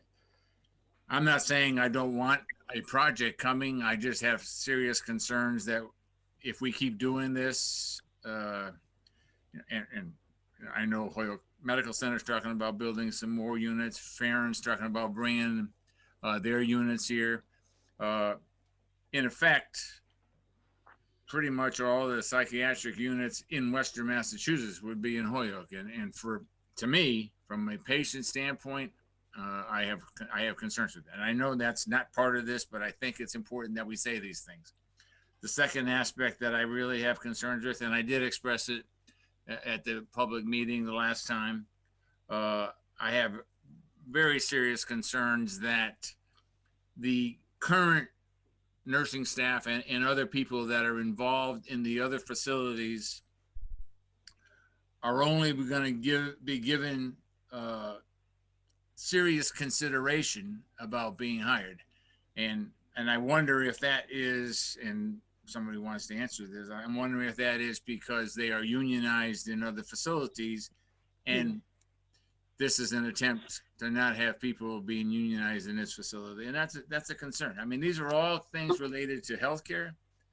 And there was the things that I looked at. The other aspect in terms of the construction, and I could be wrong because I was trying to read the format on the construction, and I'm not an architect or an engineer or anything like that. But they can, again, correct me if I'm wrong, but it looked to me like there's going to be a few private rooms and there's going to be a majority of rooms that are going to be 2 patients per room. And based on what we're going through with the COVID right now, and based on just, again, the potential of what is best for a patient, I'm wondering why we are not going for all private rooms in this facility, which is going to be a brand new healthcare facility. And again, I think in terms of what is good for the patient, to me, that is something that should be considered. I love the idea of the activity room. I like the idea of the indoor-outdoor recreation, the idea of patients being able to go to a dining area. Those are all great things. But those are all concerns that I had in terms of this. And again, I may be wrong in terms of whether or not there's going to be private rooms or whether they're going to be mostly two patients to a room. As I looked at it, there are 69 units that are being transferred from those other facilities. And I think we are talking 24 child adolescent. I'm not exactly sure how many pediatric we lost out of Providence, but with the fact that some of those are coming over, I'm not quite sure that really would meet that need. But again, those are all healthcare questions, and those are, and I'm glad that we're putting a tax incentive in. And I also agree with Councilor Sullivan. I was thinking that the collection, I was kind of coming to 500,000 a year, based on a brand new facility and construction going into $20 million in terms of actual facility construction. That we would end up getting far more. I'm happy that we have a commitment that there's going to be paying taxes and there's no way of getting out of it. I want to make sure that is definitely part of this. I would encourage Bay State and Kindred to not consider hiring the people that have been working for them, providing this service. And I would encourage them to make that as a commitment. And if it means that they are union, then so be it. And again, I just, hopefully we get something that's good and something that works and something that's fair for the entire region. Thank you. Okay, thank you, Councilor Murphy. And Mr. Chairman, Linda Bacon here. I can't get my hand function to work. Oh, well, Councilor Bacon, okay, so I'm going to put you right behind Councilor Tallman because he's got his hand up now, and you'll be right behind him, okay, Councilor? Thank you. Councilor, but before I go to Councilor Tallman, I don't want you to, I'm not an inconsiderate, rude host. This is just a process we go through. So I like to have the department head speak first, then I like to have the councilor speak, and then I'm going to go to Senator Knappich to introduce our guests here tonight. And then we'll proceed from there. So I probably should have laid that out just so beforehand, but that's just a process I always take, and maybe I don't explain it well enough because it's kind of a pro forma. Okay, so with that, we're gonna have Councilor Tallman, then we're gonna go to Councilor Bacon, and then we'll take it from there. Councilor Tallman. Thank you, Mr. Chairman, and thank you for the discussion on this matter. And Marcos, I'm really glad to hear about the tax payment, or the one that we did have with the 10 years to be perpetual. I think that's important. And I know the number could be different than what you gave us, but it gives us a little foundation of what we could be bringing into the city each year. And I'm looking at this project, and I'm as a city official looking for the approvals, but I leave this to the healthcare professionals, how they build this out, how many people they are going to have, what type of workers they have. But my major concern is having something in there with local workers and hiring local people. And I'm sure we'll be hearing that from the members of Kindred and Bay State Health. But that's my main concern is taking this facility that's been vacant for several years and putting a state-of-the-art facility up there. But my concern is having something in there that with the number of jobs they're providing, that majority of these jobs will go to local people. So, thank you. Thank you, Councilor Tallman. I appreciate it as always. Councilor Bacon. Thank you, Mr. Chairman. My questions to the group are general in nature. I'm very pleased to see development happening on this property. It has been declining over time, and it's not a good situation over there. My questions are a little bit broad in nature. I'm interested in how you're envisioning this hospital relating in the neighborhood with the residential aspects that are there, and in terms of security. And I'm also interested in understanding how the quality issues that had arisen in the earlier deal have been addressed and are part of this new partnership that exists here. And if I'm remembering correctly, I believe this hospital would be expanding the number of psychiatric beds in the region, which I think is important. I hear the concerns about people having to travel further from their immediate community, But on the other hand, to have more access to beds in the western part of the state, to me, is a positive for the area. And I think it is great that all current employees will be given consideration by the new employer. I understand some people think people should automatically be grandfathered in, but I think part of any employer's responsibility is to do their own vetting and look at the quality aspects of anybody that is providing the care. And so I would be a big supporter of that process. And those are just my general questions for now. Thank you. Okay, Councilor Bacon, thank you. So I think that's a perfect place to, unless is there any other councilors want to address, make a statement or address any,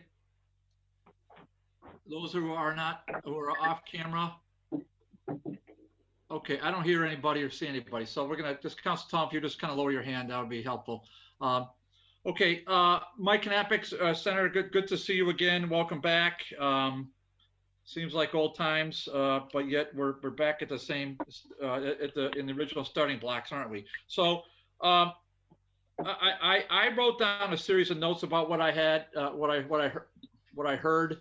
But Senator, why don't you sort of tell us who's with us? I mean, I saw Mr. Marsh's name in the somewhere in there, the COO. I saw that, but you know, Mike, why don't you sort of tell us who's here with your team, and then maybe we could maybe, you know, they all heard the same questions that I heard. I mean, I can try to recap it, but you know, if they want to make a general statement, fine. If they want to address some of the specific questions or comments or concerns, fine, or not. But I will say this. That, you know, despite what a counselor may or may not feel is appropriate question, that's really up to them. So it's not up to anybody else but the counselor who wants to say what he or she wants to say on any topic. And by the way, our special permit rules allow incredibly broad discretion.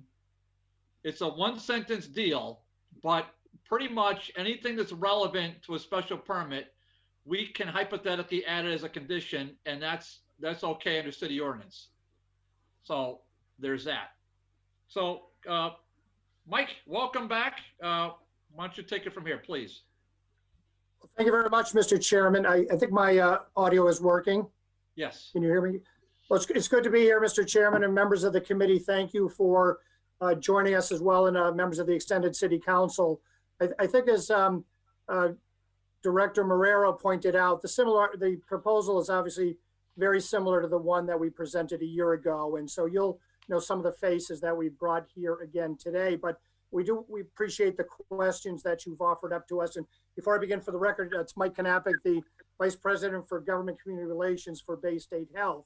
And so the gentlemen who joined me are Dr. Barry Sarvet, who's the Chair of Psychiatry for Bay State Health, Jeff Kaufman, who is our Vice President for Business Development at Bay State Health, and Rob Marsh, who is the Senior Vice President and Chief Operating Officer for Kindred Health. And they'll work through the questions with you, and if we should leave something out, we certainly want to circle back.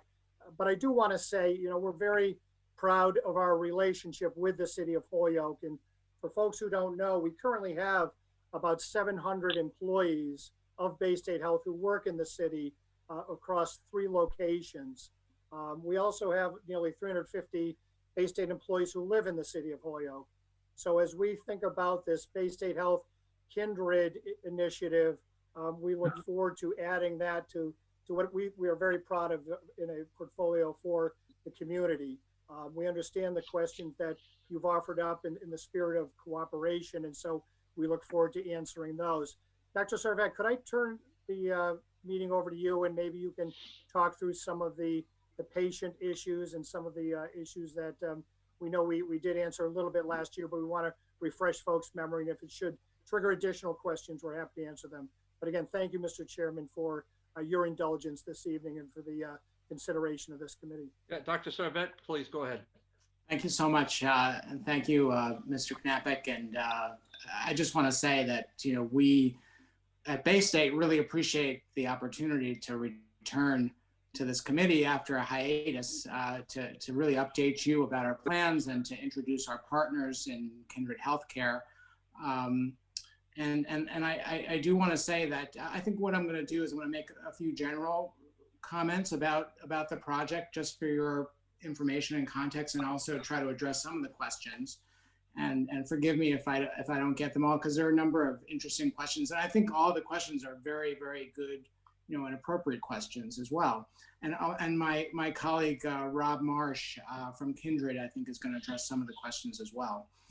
First of all, I do want to say that to speak to why Bay State is doing this. We are back for this next sort of iteration, and no, it's not Groundhog Day, but we did part ways with the previous partner that we had engaged with, and we're really rebooting our process, and nothing has changed. As Director Marrero said, the needs for this facility, in our estimation, are just as grave.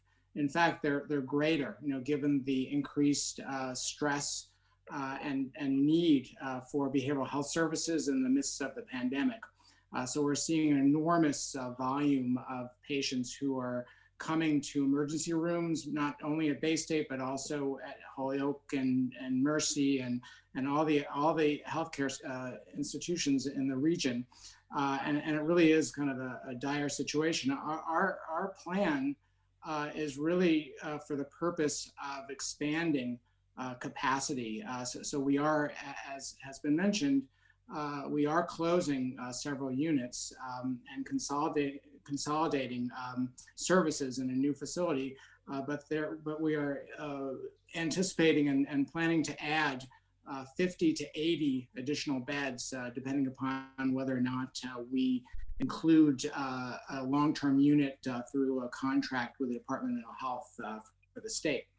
And there's a need for more capacity. There's a need to improve the actual quality and the environment of the care, and a lot of this has to do with just the need to develop more of a modern, state-of-the-art facility. I will say, just in terms of double rooms versus single rooms, that we're very cognizant at Bay State about the infection control issues and needs, in providing psychiatric care. And we actually have, I think, very, very well-developed plans for protecting the safety of patients in this hospital. And we should mention that the reason for double rooms is not, economical, that it really is more based on the clinical needs of patients, that we have found historically that patients in psychiatric care, unlike, when patients are in the hospital for surgery or for a cardiac event or things like that, that they really benefit from having the company of a roommate, to someone who's compatible with them. And a lot of the patients that we see in the hospital are patients who are suffering from conditions of isolation and loneliness. And so a lot of the treatment that we provide involves helping to build relationships between people. But that said, of course, we screen patients very carefully before they enter the program.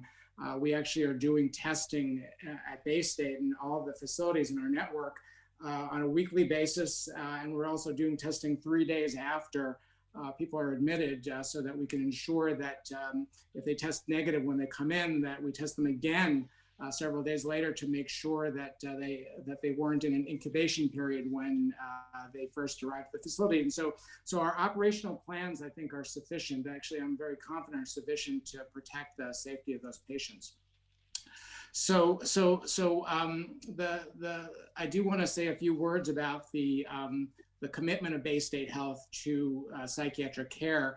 That psychiatry and behavioral health is integral to the mission of Bay State Health, and even though we are wishing to create a separate facility that are separate from our general medical centers in the regions, these services are going to be really integrally connected to Bay State Medical Center and to Bay State Health Services. And so we remain very committed, and we are retaining psychiatry services at Bay State Medical Center. So we're not, outsourcing or really kind of carving out psychiatry. That said, that we really believe that on balance, even though we are reducing sort of services in the regions and eliminating inpatient services in the community hospital, that there's going to be a net improvement in the quality and the experience of care by patients. And we're committed to helping patients with transportation so that we can keep families connected to their loved ones when they're in the hospital. In terms of I'm actually anticipating a question about the long-term unit, because we have heard some questions from members of the community about the overall safety of residents in the neighborhood surrounding the hospital. And so I do want to say that, and I think that Rob will speak to this as well, that at a state-of-the-art psychiatric hospital is very self-contained, that it really provides a very specialized environment of care, and patients are not going to be sort of roaming in the community surrounding the hospital. That they are provided with recreational spaces and outdoor spaces, but those spaces are going to be enclosed on the campus of the hospital. And so patients will not be wandering through the neighborhood. In addition to that, we are certain that every patient, when they're discharged, is going to have a plan for where they are going to return, where they'll live. In the vast majority of cases, patients return to the residences and places where they were living before they were hospitalized. And the long-term patients, that if we are fortunate enough to receive a contract with the state of Massachusetts Department of Mental Health, the long-term patients similarly will be returning to programs from their communities from where they came to the hospital. And many of these patients will live in residential facilities, supported housing in cities all over Western Mass. And the long-term beds are really dedicated to communities in Western Massachusetts. So they're not going to be coming from Eastern Massachusetts or places outside of our region, because there is a statute that really sort of provides the assurance that long-term patients are going to be able to be treated in Western Massachusetts. And that's one of the reasons why the state is so determined to having a vendor really include a unit for these patients. I guess lastly, I do want to emphasize that this hospital is going to be a teaching hospital. And so the hospital is going to serve as a site for the activities of psychiatric residents. We have actually 16 psychiatric residents and 4 child psychiatry fellows. And so these are doctors in training who are becoming child psychiatrists. And we're really hoping to use this hospital as a resource to really help to build the workforce to address the demand for psychiatric care in the community. And so I think I'm going to leave it there for now. I know I've left some of the questions not addressed, but I think that Mr. Marsh is going to walk you through some details that will address some of those questions as well. Okay, Doctor, thank you. Mr. Marsh, why don't you introduce yourself and follow up?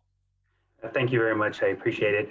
Rob Marsh, Senior Vice President and Chief Operating Officer for Kindred Behavioral Health. And thank you, Dr. Servet, for that great explanation. And I would just simply say that, Top Shelf, that Kindred is dedicated to this project and dedicated to behavioral health and working with our partners at Bay State to bring this project to the community. Over the course of the last year almost that we've been talking with and working with Bay State, we found that our vision and our values align perfectly with Bay State's, and we feel we're great partners, and we believe that this project is going to answer the need for a lot of the community needs for mental health and behavioral health services.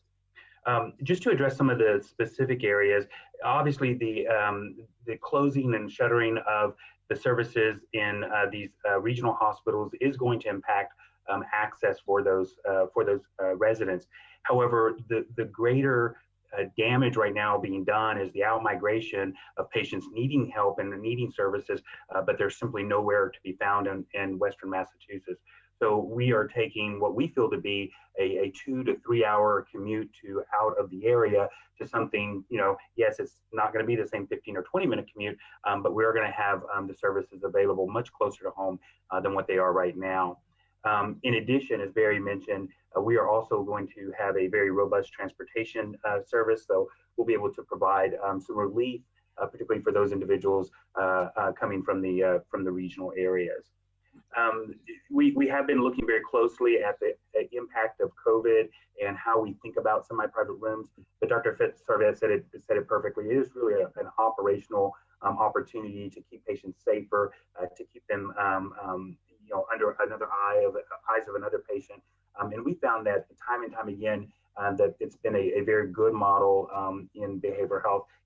It's interesting. Behavioral health is the only component within healthcare overall where all of the care that we provide is communal. The care that is provided in almost every other healthcare setting is all very private, individualized. And with behavioral health, the services that we provide are truly in groups and in settings with other patients. There was a comment about the union and the preference for not unions. I'll simply say that Kindred is really agnostic when it comes to union activity and unions. We have locations that work very well with unions. We have locations that don't have any collective bargaining agreements. What we are looking for each and every time when we talk to an employee is, do they have the right skills and acumen, the temperament to work with and give their very best for behavioral health patients. Everything else is really secondary to that.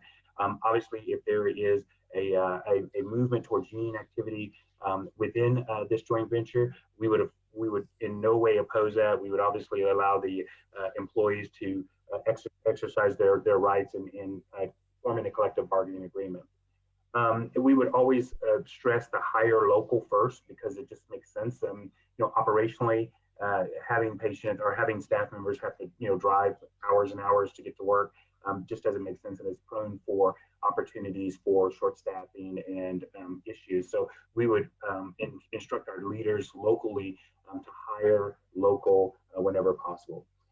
There is obviously there's a concern when it comes to the safety of the residents and the neighborhoods. As Dr. Sarvet said, this facility is completely and totally self-sustained. It is completely locked. There are no entrances or exits that are accessible to any patients, and the movement of patients very carefully is orchestrated throughout the day. Part of our job as operators is to ensure that the patients are safe. Part of that is ensuring that we can control exactly where they are at any given time, and that we know where they are at any given time. We have a host of safety features that we're planning for this facility, including extensive use of camera systems, extensive use of biometric entrance and exits opportunities, as well as obviously the well-trained staff that we'll have that'll be able to manage any patients.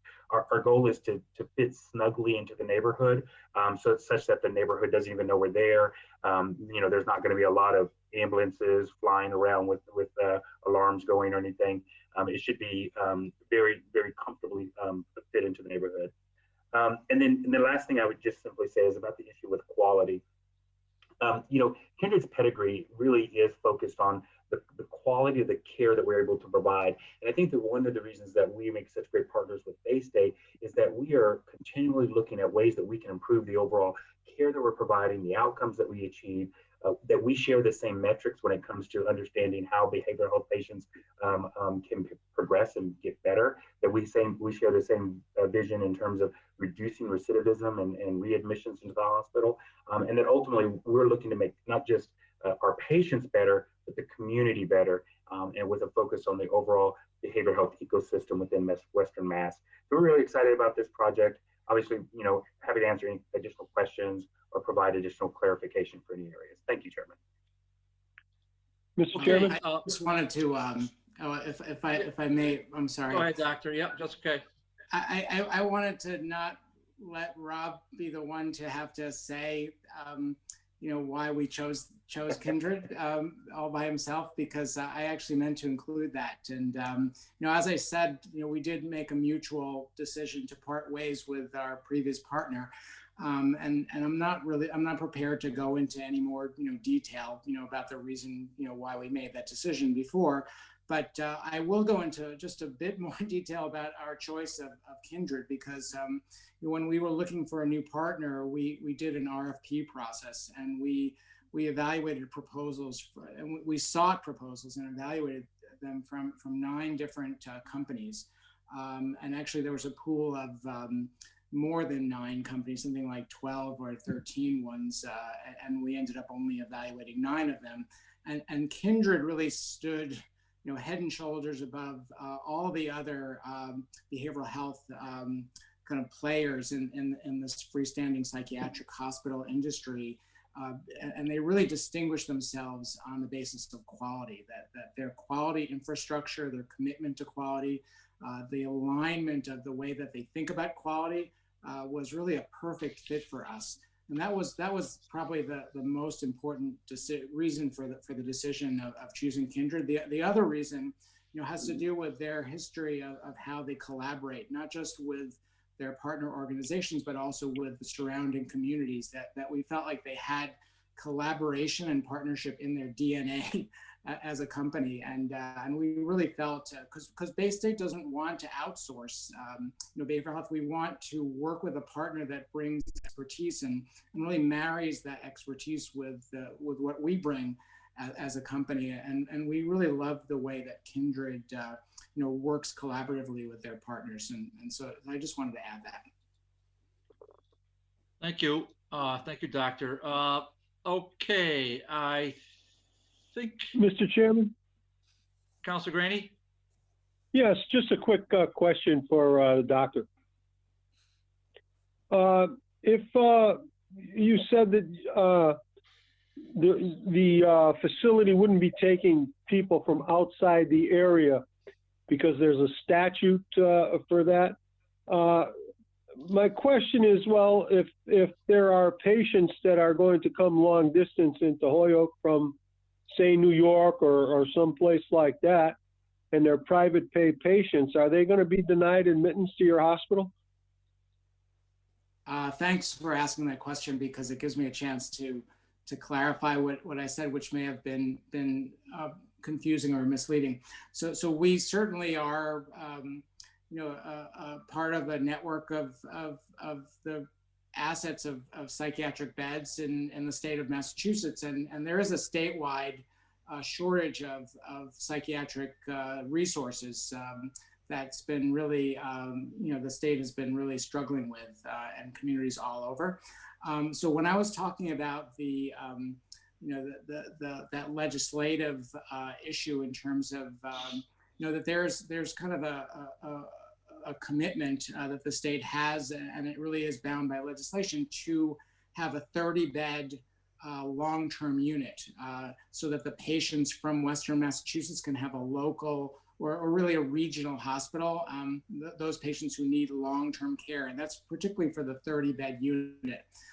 And so, but in saying that's a guarantee, it doesn't mean that the hospital, is prohibited from taking patients from out of area, either for that long-term unit or for any of the other units in the hospital, but that the state has a commitment to have a vendor to provide patients from Western Mass with a local resource when they need longer term care. That said, we anticipate that, that the vast majority, as Mr. Marsh was saying, that we've been sending patients, because of the bed shortage, far and wide to look for beds. And so we're really sending them an hour and a half, 2.5 hours away.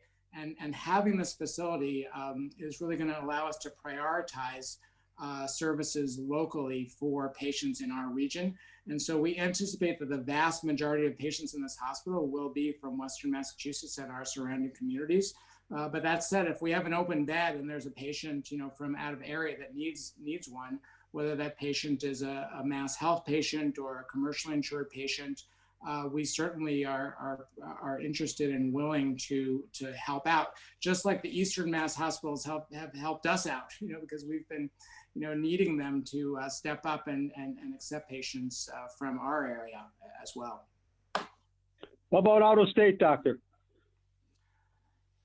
The same could be true, that patients from neighboring states, particularly New York and Connecticut, we don't anticipate, and Vermont, that they could be referred to us, because there is actually a national and a regional bed shortage. But again, that we don't believe that we're going to be overbedded. Even though, as you know, Holyoke Hospital is building a facility that's going to be coming online as well. We still feel that we're going to have closer to the right number of beds for the region, but we're not going to have an excess bed capacity. And I think we'll only be seeing patients from out of area or out of state coming to this hospital if it turns out that we have excess capacity. But we don't project that we will have a significant amount of excess capacity. Okay, Councilor Murphy. Yeah, thank you, Mr. Chairman, and thank you, doctors, and Rob. I don't know, Rob, if you're a doctor, I don't know if you are, but I don't know if they introduced you as Dr. Marsh, but if you're not, I'll call you Rob. If you are, I'll call you doctor. I'm just an operator. Okay. A couple of things that, as you talked, and you, Doctor, you just mentioned the capacity, and I was just, as you're going along, and I'm thinking we're building this, and let's say we build it at 70,000, or say 100,000 instead of 125,000, and you find out that we've got patients in Western Mass that are still looking, and there's no place for going. I mean, I'm not trying to leave hope for the people in Greenfield and Palmer, but is there? I mean, would either of those or any of those be potentially as an offshoot where you could have some additional capacity? Is that just totally out, or is that at all a possibility? It's unlikely, to be candid, but I say that mainly because of the projected need. That with the additional beds that are being brought, together, with this facility and the other facilities, we think that we're going to be meeting the needs, and so. But I would never say never. It's one of those counterfactuals that. It's hard to really answer precisely, but I would say that we're always going to be committed to trying to address, access to care issues. And if we're still plagued with access to care issues, then I would say nothing is off the table, because we are absolutely committed to being able to figure out a way to help patients who are in need of psychiatric care. Yeah, let me just, and again, I appreciate it. I'm not trying to be antagonistic here, but I feel pretty strongly about some of these things, as you can tell. So the other part, one of the other parts was the transportation plan. And I know it's a robust transportation plan. So somebody up in Northfield needs to have, their husband committed, or so, and they don't have, or they have, they just take a bus to Greenfield, if you will, to get there. So what kind of robust transportation plan would you have for those kind of people? Yeah, Rob, do you want to? Yeah. If you don't mind, I'd be happy to answer that. So as we think about transporting patients to and from the hospital from these regional or outlying areas, there are several factors that come into play. If a patient or their family member is voluntary, they want to come in for assessment, it will be our delight to go and pick them up and bring them directly to the hospital for an assessment. If there is a more emergent situation where the patient is unstable, or there's a potential that the patient needs to be involuntarily admitted, then that would be a situation where we'd look to local law enforcement, or for a more formal transportation system like a secured ambulance or whatever have you, to bring the patient to the facility. While we don't think that we can meet the transportation needs of everyone, we do think that 50%, 60% of those that want to come in for an assessment, that will be able to meet those needs. In our performa right now, we're contemplating somewhere in the neighborhood of 3 to 5 secured vans that can transport patients back and forth. Okay, but we're just talking about patients. We're not talking about, I'm kind of talking about trying to maintain the connection to their family. Mhm. And again, the idea, you know, you're in Northfield, you're an hour, 10 minutes away from Holyoke, assuming you have transportation. You're going to Greenfield, you're 30 minutes away. Councilor Murphy, could I answer a bit of that question? Sure.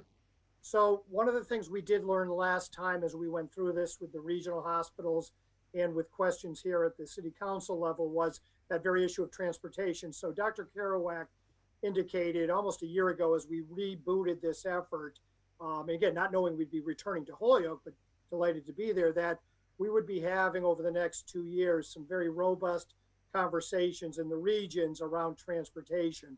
You know, it's not just a healthcare challenge, it's a challenge in the workforce in other areas. So we've actually begun that conversation in the Quabog Valley, up in Franklin, Greenfield, and over in Westfield region. And some of it's related to regional transit authorities. There's an entity called the Quabog Connector out in Palmer and Ware. We'll be working with the Franklin Regional Transit Authority, Microtransit. So we know we've got about a 2-year lead time to have these thoughtful conversations. But Dr. Kerouac made it very clear, and that we were to say as we spoke to people that, you know, we will work to become, you know, not the only transportation solution, but identify partners, work with people, and really figure out a way to deal with these real life issues that will impact people's ability to connect to their families. So that's what we know right now, Councilor Murphy, and we'll continue that conversation, and we'll share it with folks in Holyoke because it is part of the commitment of Bay State plus Kindred to this population in this region. Okay. I want to add just a small point to that. Thank you, Michael. I just want to emphasize that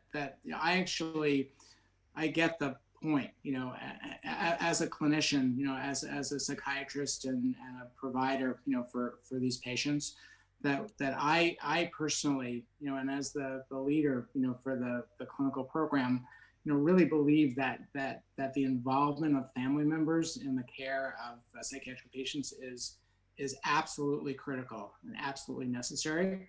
And so all I mean, without being able to give you detailed transportation plans, I can really just make a commitment that we will be working very creatively to try to figure out on a case-by-case basis, in addition to having, you know, routine plans, and Rob was talking about some ideas as far as van service and things like that, to just make sure that for every patient that they're able to have a robust, you know, element of their treatment plan, which involves, you know, including their family in support, decision-making, clinical treatment. Some of that will be electronic. And actually we've been able to leverage some interesting electronic tools to allow patients to have the connection to their families maintained. But we also don't feel like it can all be electronic, because people can need the physical presence as well. So we really are anticipating needing to be very creative about this and really bring some innovation to the question, because, you know, this idea of having community psychiatric hospitals, you know, it sort of is very appealing. And I agree with you, Mr. Murphy, about that. On the other hand, psychiatric care has become much more sophisticated in terms of the requirements of regulatory bodies, you know, for, you know, really sophisticated physical plant and regulatory requirements for safety, as well as specialized programs, which are really hard to replicate, you know, in community hospitals. And I think that's really the main reason I see that the field is moving towards regionalization of acute psychiatric services, as opposed to having it be decentralized as much as it has before. Outpatient is decentralized. Partial hospital, which is a subacute level of care, is decentralized. But inpatient kind of needs to be centralized more because of that specialized sort of infrastructure that's necessary to really provide safe and effective care for these patients. Okay, thank you. And my last thought and comment, and just again, it goes back to your current employees at those other facilities, and I would have the strong belief that, first of all, if they were not quality employees, I would hope that you wouldn't have them there now. So I would certainly, and I'm not against getting Holyoke people jobs, but I am trying to be fair to people who've been currently working the system, where if they want to come and they've been there and obviously they've passed Bay State's muster for all these years, that they really be given a very strong favorability rating, so that they're not out there thinking in 2 years I'm losing a job, or I have a very little. I'm going to be out there competing against people who haven't been doing this, and I just think, in fairness to them, that's also something I really would encourage you to do. And I thank you for listening to my thoughts. Again, they're in my heart, and I just want to make sure we do the right thing. Thank you. Mr. Chairman? Hold the line, and Councilor Murphy, we enjoy hearing your thoughts. Councilor McGivern is next, and then followed by Councilor Graney. Thank you, Mr. Chairman, and I'd like to welcome Operator Marsh, Dr. Savitt, and my favorite Republican Senator Knappich. We won't mention the 3 Democratic senators that preceded you because they're Holyoke's favorites, but Mike, you always served us well. It's good to see you. I think there's a wonderful dialogue here tonight about the use of this property in the proposal. I think that's important, as Councilor Bartley pointed out earlier. I'd like to get on to something that I'd rather focus on for a moment, and that's the sale of the property. From what I'm looking, and Marcus, I saw what you put up, but I don't have a copy of that, is the proposed sale of the property we're asking to be approved is for $250,000? That is correct. Okay, thank you. And and standing alone with what this project proposes, a $43 million investment that includes the demolition of the buildings that the city cannot afford to demolish, and the number of jobs that it brings into Holyoke, into the region, I think is important as part of how we look at the sale of property. I quite frankly think, bringing people, families, and visitors and other people into the city, and hopefully getting some jobs for people who live in the city, but employees into the city, is good for our economy, because it brings people with money in their wallet to spend on local restaurants, retails, and so on. So the question I want to focus on is, I have no problem with the sale price, which I believe has been negotiated with the mayor through Marcus, I'm sure. It makes sense with the demolition costs and the investment of dollars into the property. When you look at the top parcel of that property, it's prime property. Not a lot of people understand that the right developer could build something there that overlooks the Pioneer Valley and the Connecticut River more than any building in the city of Springfield. And it's property that would be very difficult to develop unless you were able and had the assets, as I believe Kindred and Bay State has. So here's what really makes the difference to me, and I want to make sure I understand it, Marcus, because we have 2 hospitals, one that's probably going out of business, being the former Providence Hospital, now Providence BHN, that is surviving on a methadone clinic, to be honest with you. We have Holyoke Medical Center, which is the last independent hospital, I think, this side of Worcester, but anyways, it's still our hospital, and certainly, will remain our hospital, even if it's bought out someday. And we have the Wang Building, which is owned and operated by Bay State, which I believe is the function is the lab for Bay State in terms of a number of things, with about 80 courier cars that sit in the parking lot overnight, 80 to 100, which they are exempt from excise tax, and I don't believe we get any property tax on the Wang Building. When I mentioned the Wang Building was supposed to save Holyoke. It was one of the first manufacturing proposals up in that area when Dr. Wang wanted to come to Holyoke, and it was going to bring the East industry, into the city of Holyoke, in a way, high-tech industry, in a way that, was not seen in Western Mass at all.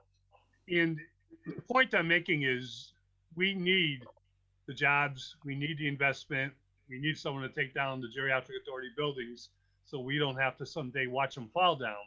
It's all important. But the property tax that is being promised and written into the deed is a big part of this, if you ask me. And Marcus, I know how you came up with that formula, but the real assessment is going to be on new construction. Am I correct? Is that what everybody's agreeing to? Yeah, the assessment will be what the assessment is. Don't go by my number. I just wanted to, in fairness to the committee, when someone said, well, what's the impact? I'm trying to provide a floor of what the impact is. It could be that the tax income could be much larger than that. I mean, obviously between 70 and 125, that's almost double the amount. And all my comparables are relatively old buildings. You know, this would be a newer building. So I would expect it would be more than 205,000. I had to go by something, you know. Okay. Marcus, is this been vetted by our law department in terms of deed restriction or whatever it is going to be on the deed in terms of if there is a sale? Yeah, you know, we do something very, very similar with pretty much every sale we have for the last several years. The difference is the degree. It's not a categorical difference. When we sell a property nowadays, whether it's through auction or RFP, we say if the buyer ends up being a not-for-profit, they'll be required to pay a pilot equal to, and we provide a formula which is 50% of the tax liability. We actually copied that several years ago, maybe about 6 or 7 years ago, because the city of Springfield was doing the same stuff with their property auctions. The difference here is just the formula is 100%, not 50. Okay. But when I meant, vetted through the law department, I'm talking specifically about if it was ever sold, the property was ever resold to a nonprofit itself, another nonprofit. Right. So it's the same condition that we've been using. So this very provision, and it would act the same way, which is, yes. Okay. And which lawyer in our law department signed off on that? Crystal Barnes, she was on the review committee. Okay. I think my questions are answered, Mr. Chair. I think, from the question I asked, and I thank everybody for their presentation, that, with the property tax coming in, for the end of time, this is a good project for the city of Holyoke and a good project for the area. I think we just have to be assured that that's what we're going to get. Gentlemen, I don't doubt Kindred, I don't doubt Bay State will be good citizens, and that's all we can ask. The service you offer is needed throughout the Pioneer Valley. Mike knows I work in the court system. I understand, the court involvement in terms of some of the clients. I understand, and I think we've talked about a lot with the proposal next door at Mount St. Vincent and learning what was happening to the Farron Center up in Greenfield. So I think we're aware of it, and Councilor Murphy made a good point about Providence closing their psychiatric unit not too long ago. Your project sounds wonderful. The sale sounds fair. If everything stays in place as presented this evening, I certainly will support it. Thank you, Mr. Chair. Okay.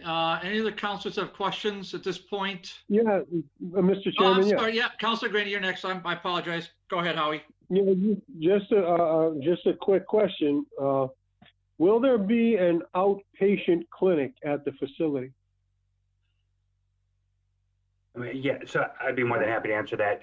There will be outpatient services in the form of partial hospitalization and intensive outpatient therapy, but not, traditional clinic work that is, going in to see a psychiatrist for medications or a therapist for treatment. We will provide PHP and IOP, but we will not provide traditional clinic outpatient services. My question is based upon the fact that it is a residential area, there is a school in the area, and I just want to make sure that we play safe. And I'll support the project as long as we're playing safe. Understood, sir. What I would suggest is that the traffic implications and the safety implications of the partial programs is minimal to the community. Thank you. Councilor Tallman? Yeah, just briefly, Mr. Chairman, thank you. I just want to, just reiterate that we're just looking at this, and thanks for the information with Dr. and Michael and Rob and Jeff. This is a sale. We're just here to prove the sale of this property up there. Am I correct? Yeah, that's what we're doing, Pete. Okay, and yeah, I know everything else will be coming down the road later on with all the permits and looking at everything. But as far as I agree with Councilor McGivern, we're taking a building down. We're making a state-of-the-art building for a need that is definitely in a community that we've heard of for several years, and bringing in tax dollars and also jobs to this community, I think is paramount to this project. So I'm very much in support of this sale for the sale price of this property. Yeah, I agree. I think that's a lot of that came from this committee and the city council as a whole. To you know, you certainly heard more councilors, but I don't want to say a name because it's not fair. But certainly a lot of us and former councilors were talking about the myriad of nonprofits, and then we just had one last year with our friends at the mall sold out the Sears building to a union, and now, whoop, right up the tax rolls just like that. So the mall got a check, and the city of Holyoke gets no more checks from that building. But that's the way it goes. So we're trying to turn this around. I think OPED did a great job of putting this into the RFP. So OPED is to be complimented for its work, as we generally do. I know this is this site plan review, Marcos? It would, yes, absolutely qualify. Okay. It's new construction over 5,000 square feet. Yeah, I know. I just want to say, because I'm sorry, a lot of times that question gets brought up in this committee, and we just didn't bring it up yet. But I just want to make sure that was brought up. And I heard Councilor Tallman. I know that I looked at the site drawings. And I know they're just kind of pictures. I don't know if they're official, but certainly a whole just to Mr. Marsh or to I don't know if Ms. Sos. Just how many parking spaces are we talking about up there? Yeah, I apologize. I don't have the exact number of parking spaces, but our VP of real estate has vetted that with the city, and it meets the kind of the minimum requirements at least. Oh, I'm sure it meets it. I'm just trying to quantify it. It looks like a sea of asphalt that's going to be facing Holy Family Road. Is what it looks like to me. So there's definitely many parking spaces to support the some 200 or so 150 to 200 employees and visitors that will be at the facility at any given time, particularly during the day hours. But there's certainly things that we can do with the property line to ensure that aesthetically from the road that it looks good, like obviously greenery and things of that nature that can help tamper that sea of asphalt. Yeah, I certainly would hope that would be considered, because directly across the street is one of the few fairly modern privately owned apartment buildings in Devonshire Place, with I don't know how many buildings there. It might be 4. I don't know. Joe would know. I might 4 or 5 buildings up there, and it's fairly nice and desirable area. And I hope some consideration goes into the fact that they've been there, and they have to look out the windows and look at that. Just the height of the building, it's 3 stories, Mr. Marsh, and then do we need a height variance on this? Or where are we with that? If that's the case, if that in fact is the case. I apologize. I don't have that specific information. I don't know if Jeff, for certain if we're going to require a height variance. I am not aware. I mean, Marcos, I don't know. Would you know off the top of your head whether or not the 3 stories might trigger that? Not even I know off the top of my head. Jeff Burkott in the city would be the only really good one to know each one. Yeah. Right. I will say this to the concern, Chairman Bartley, because it's I would say a unique facility, but certainly our ordinances, just like any city ordinances, may not be as complete as they could be, right? So they may be looking at the appropriate standard for a medical facility that was in an ordinance designed to accommodate a lot of traffic coming in and out, and therefore needing a certain amount of spaces per square foot. However, there is a special permit for parking reduction that if the applicant were to demonstrate convincingly that because of the nature of this facility, that really it doesn't merit that many parking spaces, and there are complementary ways in which there will be bring people to and from the site, it is a possibility to reduce the parking requirements as well. I don't want to anticipate anything, but it is a possibility. Right. And so then I'm just going to go to a public transportation question. I know that is on a bus line that goes through there, but I don't think you can just say something out of hand that there won't be any traffic concerns, Mr. Marsh.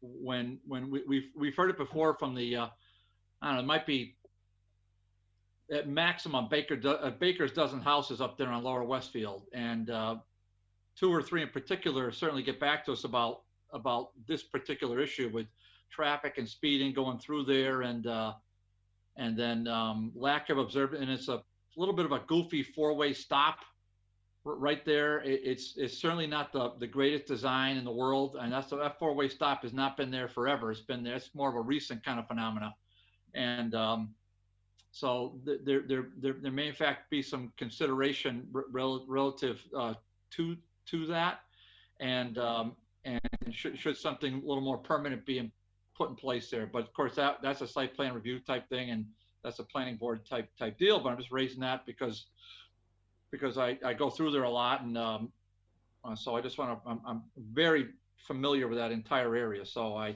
just want to raise that as a concern for me. But the main event is the main event, and that's the sale of the building. Yeah, one more thing. Why do we just have a half court for the basketball gym? Why? Can anybody develop a full court anymore? Is that not possible, doctor? I mean, would you not want to see your patients when they get out of hand start running laps, or doing sprints or something? I mean, I think I'm the going rims are to leave that as a rhetorical question, Chairman. Well, I tell you what, and I hope, doctor, that there's a key for a side door for the kids up at Tokaniki that get to use the gym after hours. Is that not conceived in this project? I take it not. Okay, so well, but we want to be good community members. I know that. We always say that. Well, we want to be good community members, and thank you, Holyoke, for hosting hosting something else that maybe somebody else doesn't want to host, but we do it. But we're getting the tax revenue. But yeah, we want to be good community members, and there's that. But I'm telling you, we're certainly going to get some feedback on some of these things. I'm predicting that, and maybe some of what I said is tongue in cheek, and maybe it's not. But I would just say that those are some thoughts you might want to consider. But actually, anyway, all kidding aside, I think that we haven't talked about this before, and I don't want to make news, but I think it's very appropriate for hospitals like this to offer different kinds of meeting space for community organizations after hours, and we are the first and foremost committed to the safety of the patients, the safety of the community surrounding the hospital. So we did talk about how it's so self-contained, but there may be some limited ways in which we can sort of make this facility to be a resource for the community, and not in other ways aside from treating the patients there. So it's not out of the question. All right, thank you. Does anybody in the committee have any other questions? I don't see anybody. Does anybody want to make a motion at this point? Yeah, I'd like to make a motion to accept the offer from Bay State Health and Kindred Healthcare for the property, purchase of the property at 45 Lower Westfield Road for $250,000. Want to second it, somebody? Okay, that's a Second. silent second. Okay. Okay, so motion has been made and seconded to recommend for approval the offer of $250 for the property to the aforementioned parties, the joint venture. Under discussion. Mr. Chairman? Nope. Under discussion, Councilor Bacon. Thank you. I just want to speak in favor of this project, and although I know the purpose of the meeting was simply relative to the purchase, I'm very appreciative of the leadership of both Bay State and Kindred for addressing the broader and neighborhood issues, and in particular, the quality issues. So I really value the discussion that was brought tonight, and thank you. Okay, so a motion's made and seconded to approve it. Any further discussion on this? Hearing none. On the motion, all in favor? Aye. Opposed? None. Okay, recommend for approval 4-0. Thank you so much, gentlemen. Appreciate your time and patience and consideration. Okay. Thank you, Mr. Thank you Chairman. very much. Thank you. Thank you. Let's see here. Marcos, are we Oh my golly. Hold on, Marcos. I got my papers all goofed up. There they are. Marcos, are we taking 9 and 10 as a package? I'm certainly presenting them as a package. I know that they're technically two different things that you may decide to vote on. Yeah, but they're both. But I'm hoping they're both approved. So yeah. Am I missing it? Is it both for the hotel? What am I missing? Nope, you're not missing anything. They're both for hotel guests. One is a commercial tax incentive. The other one is a housing incentive because it's a mixed use development. Yeah. So let's take them up as a let me get a motion if I could, please, to suspend and take 9 and 10 as a package, please. Suspend the rules and take up items number 9 and 10 as a package. Motion made and second to suspend our rules, take up items 9 and 10 as a package on discussion. Hearing none on the motion, all in favor, aye. Order number 9, number 10, both filed in September. Sorry, it took us a little bit to get to this point, but we try our best. Order that the city council, so number 9, approve the resolution for the certified housing development incentive program project and local tax increment exemption agreement with Hotel Jess, LLC for the redevelopment of 319-335 Main Street. Item 10, very similar, except it says approve the resolution for the certified project and the tax increment financing agreement with Hotel Jess, LLC for the redevelopment of 319-335 Main Street. And so I think the proponent's been here, Mr. Whitman. Yeah, welcome, Mr. Whitman. And Marcos, why don't you tell us what's happening, please? Absolutely. I have a brief presentation just to back up what I'm saying here. So I hope that's okay. I'm projecting now. Can you confirm that it can be seen? Yes. Oh yeah, I can see it. Everybody, okay. I think everybody else. Okay. All right. So the Hotel Jess, or as it was known at some point, it was a hotel. It sits at the corner of Main and Dwight Streets, right in front of the new train station. It is a 3-story building that has been vacant for many years now. As part of our partnership with Mass Development, they acquired the building from the prior owner and issued a request for proposals for development.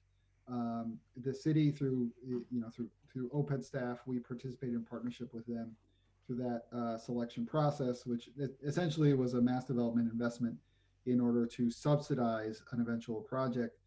They bought it for somewhere around $150,000, but ultimately sold it as was their intent for nearly nothing, with some nominal price, I think $1. So from that process, Whitman Properties, represented by Tony Whitman, was the entity that acquired it from Mass Development. They are just half a block away, one block away from the building. In this top picture, you can see on the right hand side, that's the Hotel Jess. On the left hand side, you can see that's Whitman Properties' headquarters. They've done 35 major rehabs throughout Western Mass. They have 11 completed or ongoing in Holyoke. And they did start off as a receiver, or one of their earliest value adds was as doing receiverships. You can see one prominent one's actually one of my favorite ones is this house on Beech Street, almost next to Appleton. It was boarded up and pretty run down, and they've really turned that house around, just like others around here. They've already performed some work on the Hotel Jess to do stabilization, and just to be clear, none of that work is subject to any of these incentives, but they were time sensitive. The roof was changed. As you all know, roofs are critical to stabilization of any building. It was a small roof, so they did that up front. They took out some of the boarded windows. All the windows were actually boarded up. They've put the plexiglass up, and they've done some creative lighting. Nothing earth shattering in terms of the rehabilitation, but it's kind of set the mood in the corner that something will be happening soon. They've done some small demolition work inside as well. The proposal for the Hotel Jess is to have, you can see on this slide, on the left-hand side, it is a floor plan for a restaurant on the entire first floor, and the upper two floors will have, each floor will have 4 apartments, so one bedroom apartments. So the second and third floor are essentially the same floor plan that you can see on the right-hand side. So these are the two issues that you have before you are we don't have the power of just blanket issuing a tax incentive for a property. They have to be classified in certain ways. So they could either be commercial tax incentive, that what usually is referred to as a TIF, and the other one is a housing development incentive program, which is it's essentially the same thing, but in order to qualify, it has to be a housing project, and it has to be market rate housing, not income limited housing, or what's commonly known as affordable housing. So we did something similar with the Cuba project, in case it looks familiar. Whereas here, it's actually pretty straightforward. On both of them, it is on the added value. It's a 5-year schedule, starting with 100% exemption down to a 20% exemption on year 5. So every year the exemption goes down 20%, or said another way, every year the city's take on taxes increases 20%.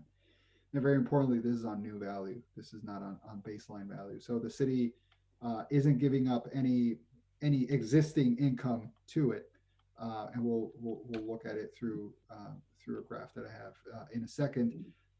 This is kind of summarizing what I just said. Without the tax incentives, really the project isn't affordable, and the local tax incentive is a small portion of that.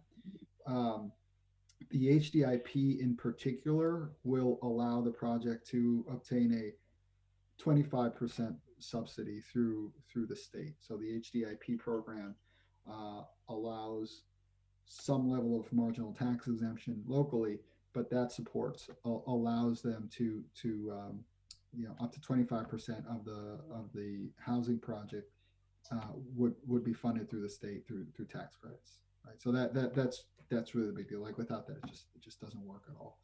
The blended rate, because you have to 100 of 20%, what does that mean? It's essentially a 38% tax exemption on the new value. So the city, on year 2, on year 1 is the first year of the certificate of occupancy. The city gets the same exact amount of money that it's getting now, and has gotten for the last 10 years. Starting in year 2, we're already making more money off the project. And of course, we have the impact of the project in terms of a new commercial venue, more housing opportunities. This is a graph I usually like to show. The green bars show how the income to the city grows over the 5-year schedule. The red bars show the amount of the exemption, right? And the red cut line, horizontal line, shows what the current tax obligation on it is right now, right? We're getting $5,608, give or take, every year in taxes from this property.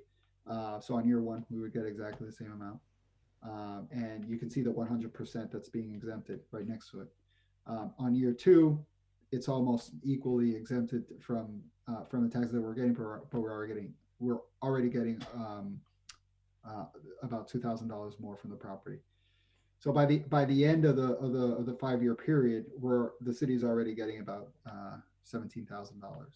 So it's a significant return on investment. In fact, by our calculations, it's 166% more annual income by the time the 5-year period ends, which is obviously very good. Again, we're not investing anything directly. We're giving up money that otherwise we wouldn't have without the project. Another way of calculating it is net present value, right? So all this money in the future, what does it look like? If we were to cash a check today, this second, like what would it look like on year 5? That check today would look about getting $18,000, give or take. That's over 5 years. As I'll stop screen sharing now, unless there's something someone wants to point out to, and of course I can go back to it. How do I stop sharing? Here we go. So that's basically the financial panorama of this. And of course, you know, it allows the project to be financed. Mr. Whitman has actually taken if I will say so myself, a pretty bold way of financing this, putting a significant amount of his own equity and even his family's equity into it. But it's doable because he's essentially providing patient capital on this. He understands that this is not going to be a quick payback, but it would be a marquee project in front of a train station near City Hall, right next to his headquarters. And we're definitely appreciative for his creativity and going out and taking a risk on this. Certainly a very welcome project from the strategic standpoint for the city from our vantage point. So again, like last time, if the committee has any questions or anything to me, happy to chat about that. But also, Tony Whitman is here to contextualize the project in his own words, if also that's desirable, and address any questions. Yeah, Mr. Whitman, why don't you tell us from your perspective? Oh, you know, I think it's a great project. I've always been excited about, you know, about the Hotel Jess, as we call it. It's a little bit nerve-wracking financially because it really, you know, relies on the assembly of historic state and federal historic tax credits, the HDIP tax credit, and, you know, bank financing and personal equity. So I think, you know, I think it's going to be a really good project when it, you know, when it's done. It's going to be something we can be proud of. I think it's going to, you know, it's sort of a spearhead project for Holyoke. That Main Street corridor is very widely traveled from, you know, people coming from even from Amherst all the way down and hit that 391 corridor and go down to Hartford and back up every day. So this is an incredibly visible location. And I think,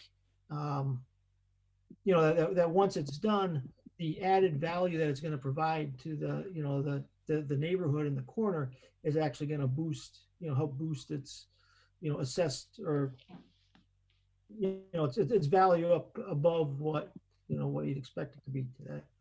So I think it's going to, you know, impact people's vision of Holyoke a lot when they see this project complete. Tell me about the restaurant you envision. Well, I think, you know, we've had a couple interests from a couple different parties. You know, the proprietor of Mission Cantina up in Amherst was somebody that showed a lot of interest in the space initially. So that is a nice model. I think, you know, we've had some folks present things that are very similar to like an Amherst coffee kind of model where there's, you know, food service, and then there's also like a wine service. You know, given that there's going to be sort of a higher end residential upstairs, we think it's important that it's not something that's loud into the late hours of the night, early hours of the morning. So anything that would have a club-like atmosphere, I think would be, it wouldn't fit the image that we have for it. Well, when was that building constructed? Do you have any idea, Ms. Whitman or Marcos? I think around 1880. Okay. Just don't make pens like they used to. Okay, so from my friend Toby Wilson too, I'm gonna have to tell him that his pens are a little shaky. By the way, that went in to show. So if anybody needs proof, wow. Good shot. Well, and I'm a lefty as well. You notice I threw that right-handed, Coach Murphy. You saw that right-handed. It did go in. You didn't hear it hit the floor. I know you didn't. Did you bank it, Mr. Chair? Because if you I didn't call the bank. That's for sure. I didn't call the bank. You're right. You nailed me on that. Okay, so all right. So there's a few things, but your vision is to probably find somebody in the restaurant business and maybe figure out something that works. So I guess that's what I was driving at. And then, you know, your track record in managing units. I mean, there's Marcos touched on it, but we've certainly seen your houses, the work you've done on houses around town. So I think the work speaks for me. It speaks for itself. So I think certainly we've appreciated that. I'm tickled pink about it whenever I can see more private investment in the city. It really means a lot. And then on the tax credits, Marcos, I think that the last one I really had that I despised was, I'm not going to say the name of the vendor, but I think you know the name of the vendor. And I just really, that's not what this is. That's not what the qubit is. It was, you know, when it's kind of a step down process, kind of like when you're getting off nicotine or whatever, a little step down deal. I kind of like these a lot because it shows good faith on both sides of the equation, the private side and the public side. I for one support these. When it's similar to what we had, it was just when Councilor Sullivan came on the board. I don't remember it might have been 2015, and I voted for it, and I swore that'd be the last one I voted for. And we've never had another one come up before us. So that's makes it easier for me anyhow. But this one sounds okay to me. But I see, Mr. Chairman? Yeah, Joe, your hand's up first, but I always go to committee members first, Joe. So Councilor Graney, you have the floor. Yeah, just quickly, I remember the Hotel Just the first floor, and you know, the bar area had a beautiful black and white inlaid floor. It was a beautiful floor in there. It was quite a facility. Secondly, I'd like to apologize for my Christmas clock. Every hour on the hour it plays a different Christmas carol. I don't know if you've heard that. But thirdly, I'd like to ask the developer: is there a handicap accessibility for the project, and will there be an elevator in the hotel? The first floor is all going to be handicap accessible. The units upstairs would not be required to be because it's under a certain number. So there isn't a plan in place for elevators or anything like that for the residential part. Thank you. Okay, Councilor, hold on, Joe. I know you're with me, but hold on.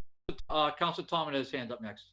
Yeah, thank you, Mr. Chairman. I think this is a great project. I've seen Mr. Witten's work throughout the area in the city to take this building and to invest his capital and to try to do this tax increment financing with the city. I think is definitely a good thing, especially with this project down in that area, Main Street. I think it will change the area down there, and plus with the train station right there, could be a benefit for people willing to invest and live there and on the second floor. It looks like from what I see so far, like a great project, and hopefully it'll be something that within a year or two can be accomplished. And I think the tax revenue, just the tax revenue alone, with this financing, as Marco showed it, is definitely a benefit to a building that's just been over the years just sitting there vacant. So I'm very much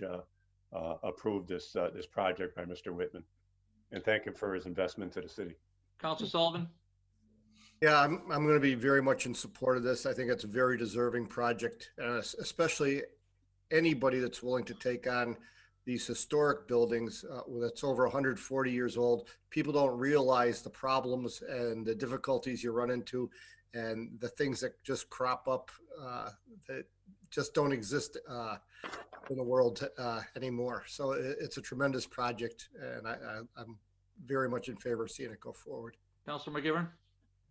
Thank you, Mr. Chair. Unlike Councilor Sullivan and Councilor Graney, I wasn't around in the 1800s when it was built. But like them, I know some of the history.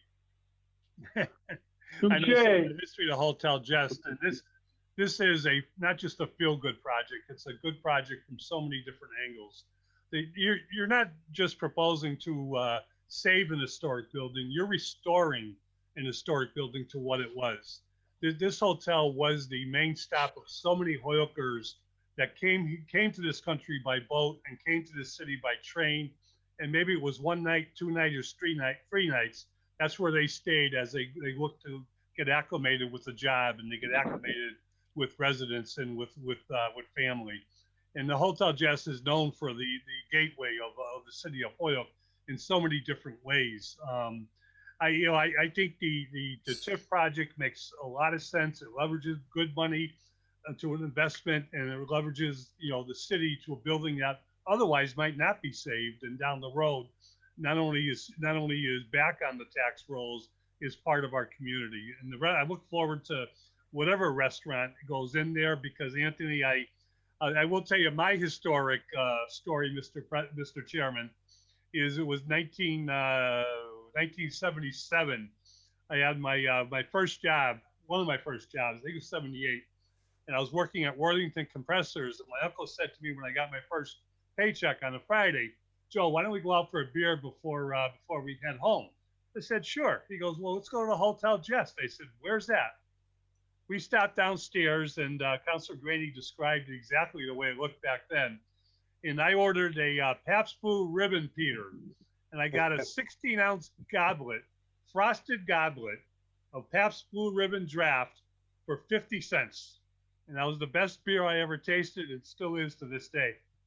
But Anthony, thank you. Marcus, great presentation as always. Anthony, the investment, the city's got to look forward to this, because it's a feel good from all around. And thank you for your investment in the city. Joe, the only trouble with your story was you said a beer. I had to buy, he bought my first one. I had to buy him after that. Okay, so yeah, I think I think this is a good discussion. I think we're starting to see some turnaround to the chair and to the committee and to the non-committee members. Certainly at One Cabot, if you recall, in 2018 we finally got that sold. That was after we originally stopped a transfer that none of us wanted to see. It was a bad deal, but Joe and Pete were on the same committee when early days and when I started chairing this, and we said no to that one. But then OPEC came around with a better one, the gentleman from Concord, I think it is, but whatever, but Concord, New Hampshire, somewhere up there, and so now we have, in terms of Amtrak coming in. And so certainly Joe and Pete were on this committee. We spent a lot of hours working out how to do a friendly takings from the abutters in that area, and we were able to get the platform built, and maybe it's not as used as heavily as we want, but it's still early days in my opinion. And I think with some better leadership from Amtrak and some other places, it will be used pretty heavily. And then here we are now moving it forward for a couple of years, and the building adjacent to the train station, maybe that'll be part of it. Maybe that'll be, we'll see where it goes. But I think we have to, I think what we did a few years ago with the gentleman from Concord, we denied something, but we held on, and we found a better developer. In this case, with the proponent, I think, as I said earlier, the track record's there. I don't know what the gentleman does for commercial, but this is, it's kind of a quasi deal, right? It's kind of a quasi commercial, quasi residential. So, that commercial business is tough, but residential, Holyoke, that's part of our history. The rental properties, that is a significant part of our history. We're not a bedroom community, right, where everybody lives in 2-acre lots and all that. That's not what we're about, and for the most part, and especially in the downtown area. So I think this looks like a winner to me. And anyway, I'll take a motion. Can we take a motion? Can we approve both of them? The resolution for the certified housing development. Yeah, we're under suspension, Pete. So the motion is to approve both of the tax increment proposals, the TIE and the TIF. With Hotel Jet. Second. Motion been seconded to approve both. Under discussion. Seeing and hearing none, the motion is before us. On the motion to recommend for approval to the City Council, all in favor? Aye. Opposed? None. Okay, so that passes for recommendation 4-0. Okay, thank you very much, gentlemen. I appreciate it. We have, I just leave 11 on there as a placeholder at a time. Our next meeting is going to be, unfortunately for all of us, but this meeting was going to go till midnight if we didn't do it this way. And we have two fairly sensitive proposals before us, and for pretty, important, already established members of the community. I think that's the reason why I did that. Even though I promised we wouldn't have another meeting, sorry I broke the promise, but that's, the exigent circumstances. So we'll meet again in this committee next Monday, the 14th at 6:30 p.m.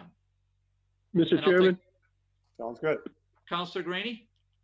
just quickly, I'd like to offer our thoughts and prayers to all the veterans that gave their life in Pearl Harbor and to the remaining veterans that are still alive. Yeah, I agree. We'll do a 15-second moment of silence. Okay, Counselor? Thank you.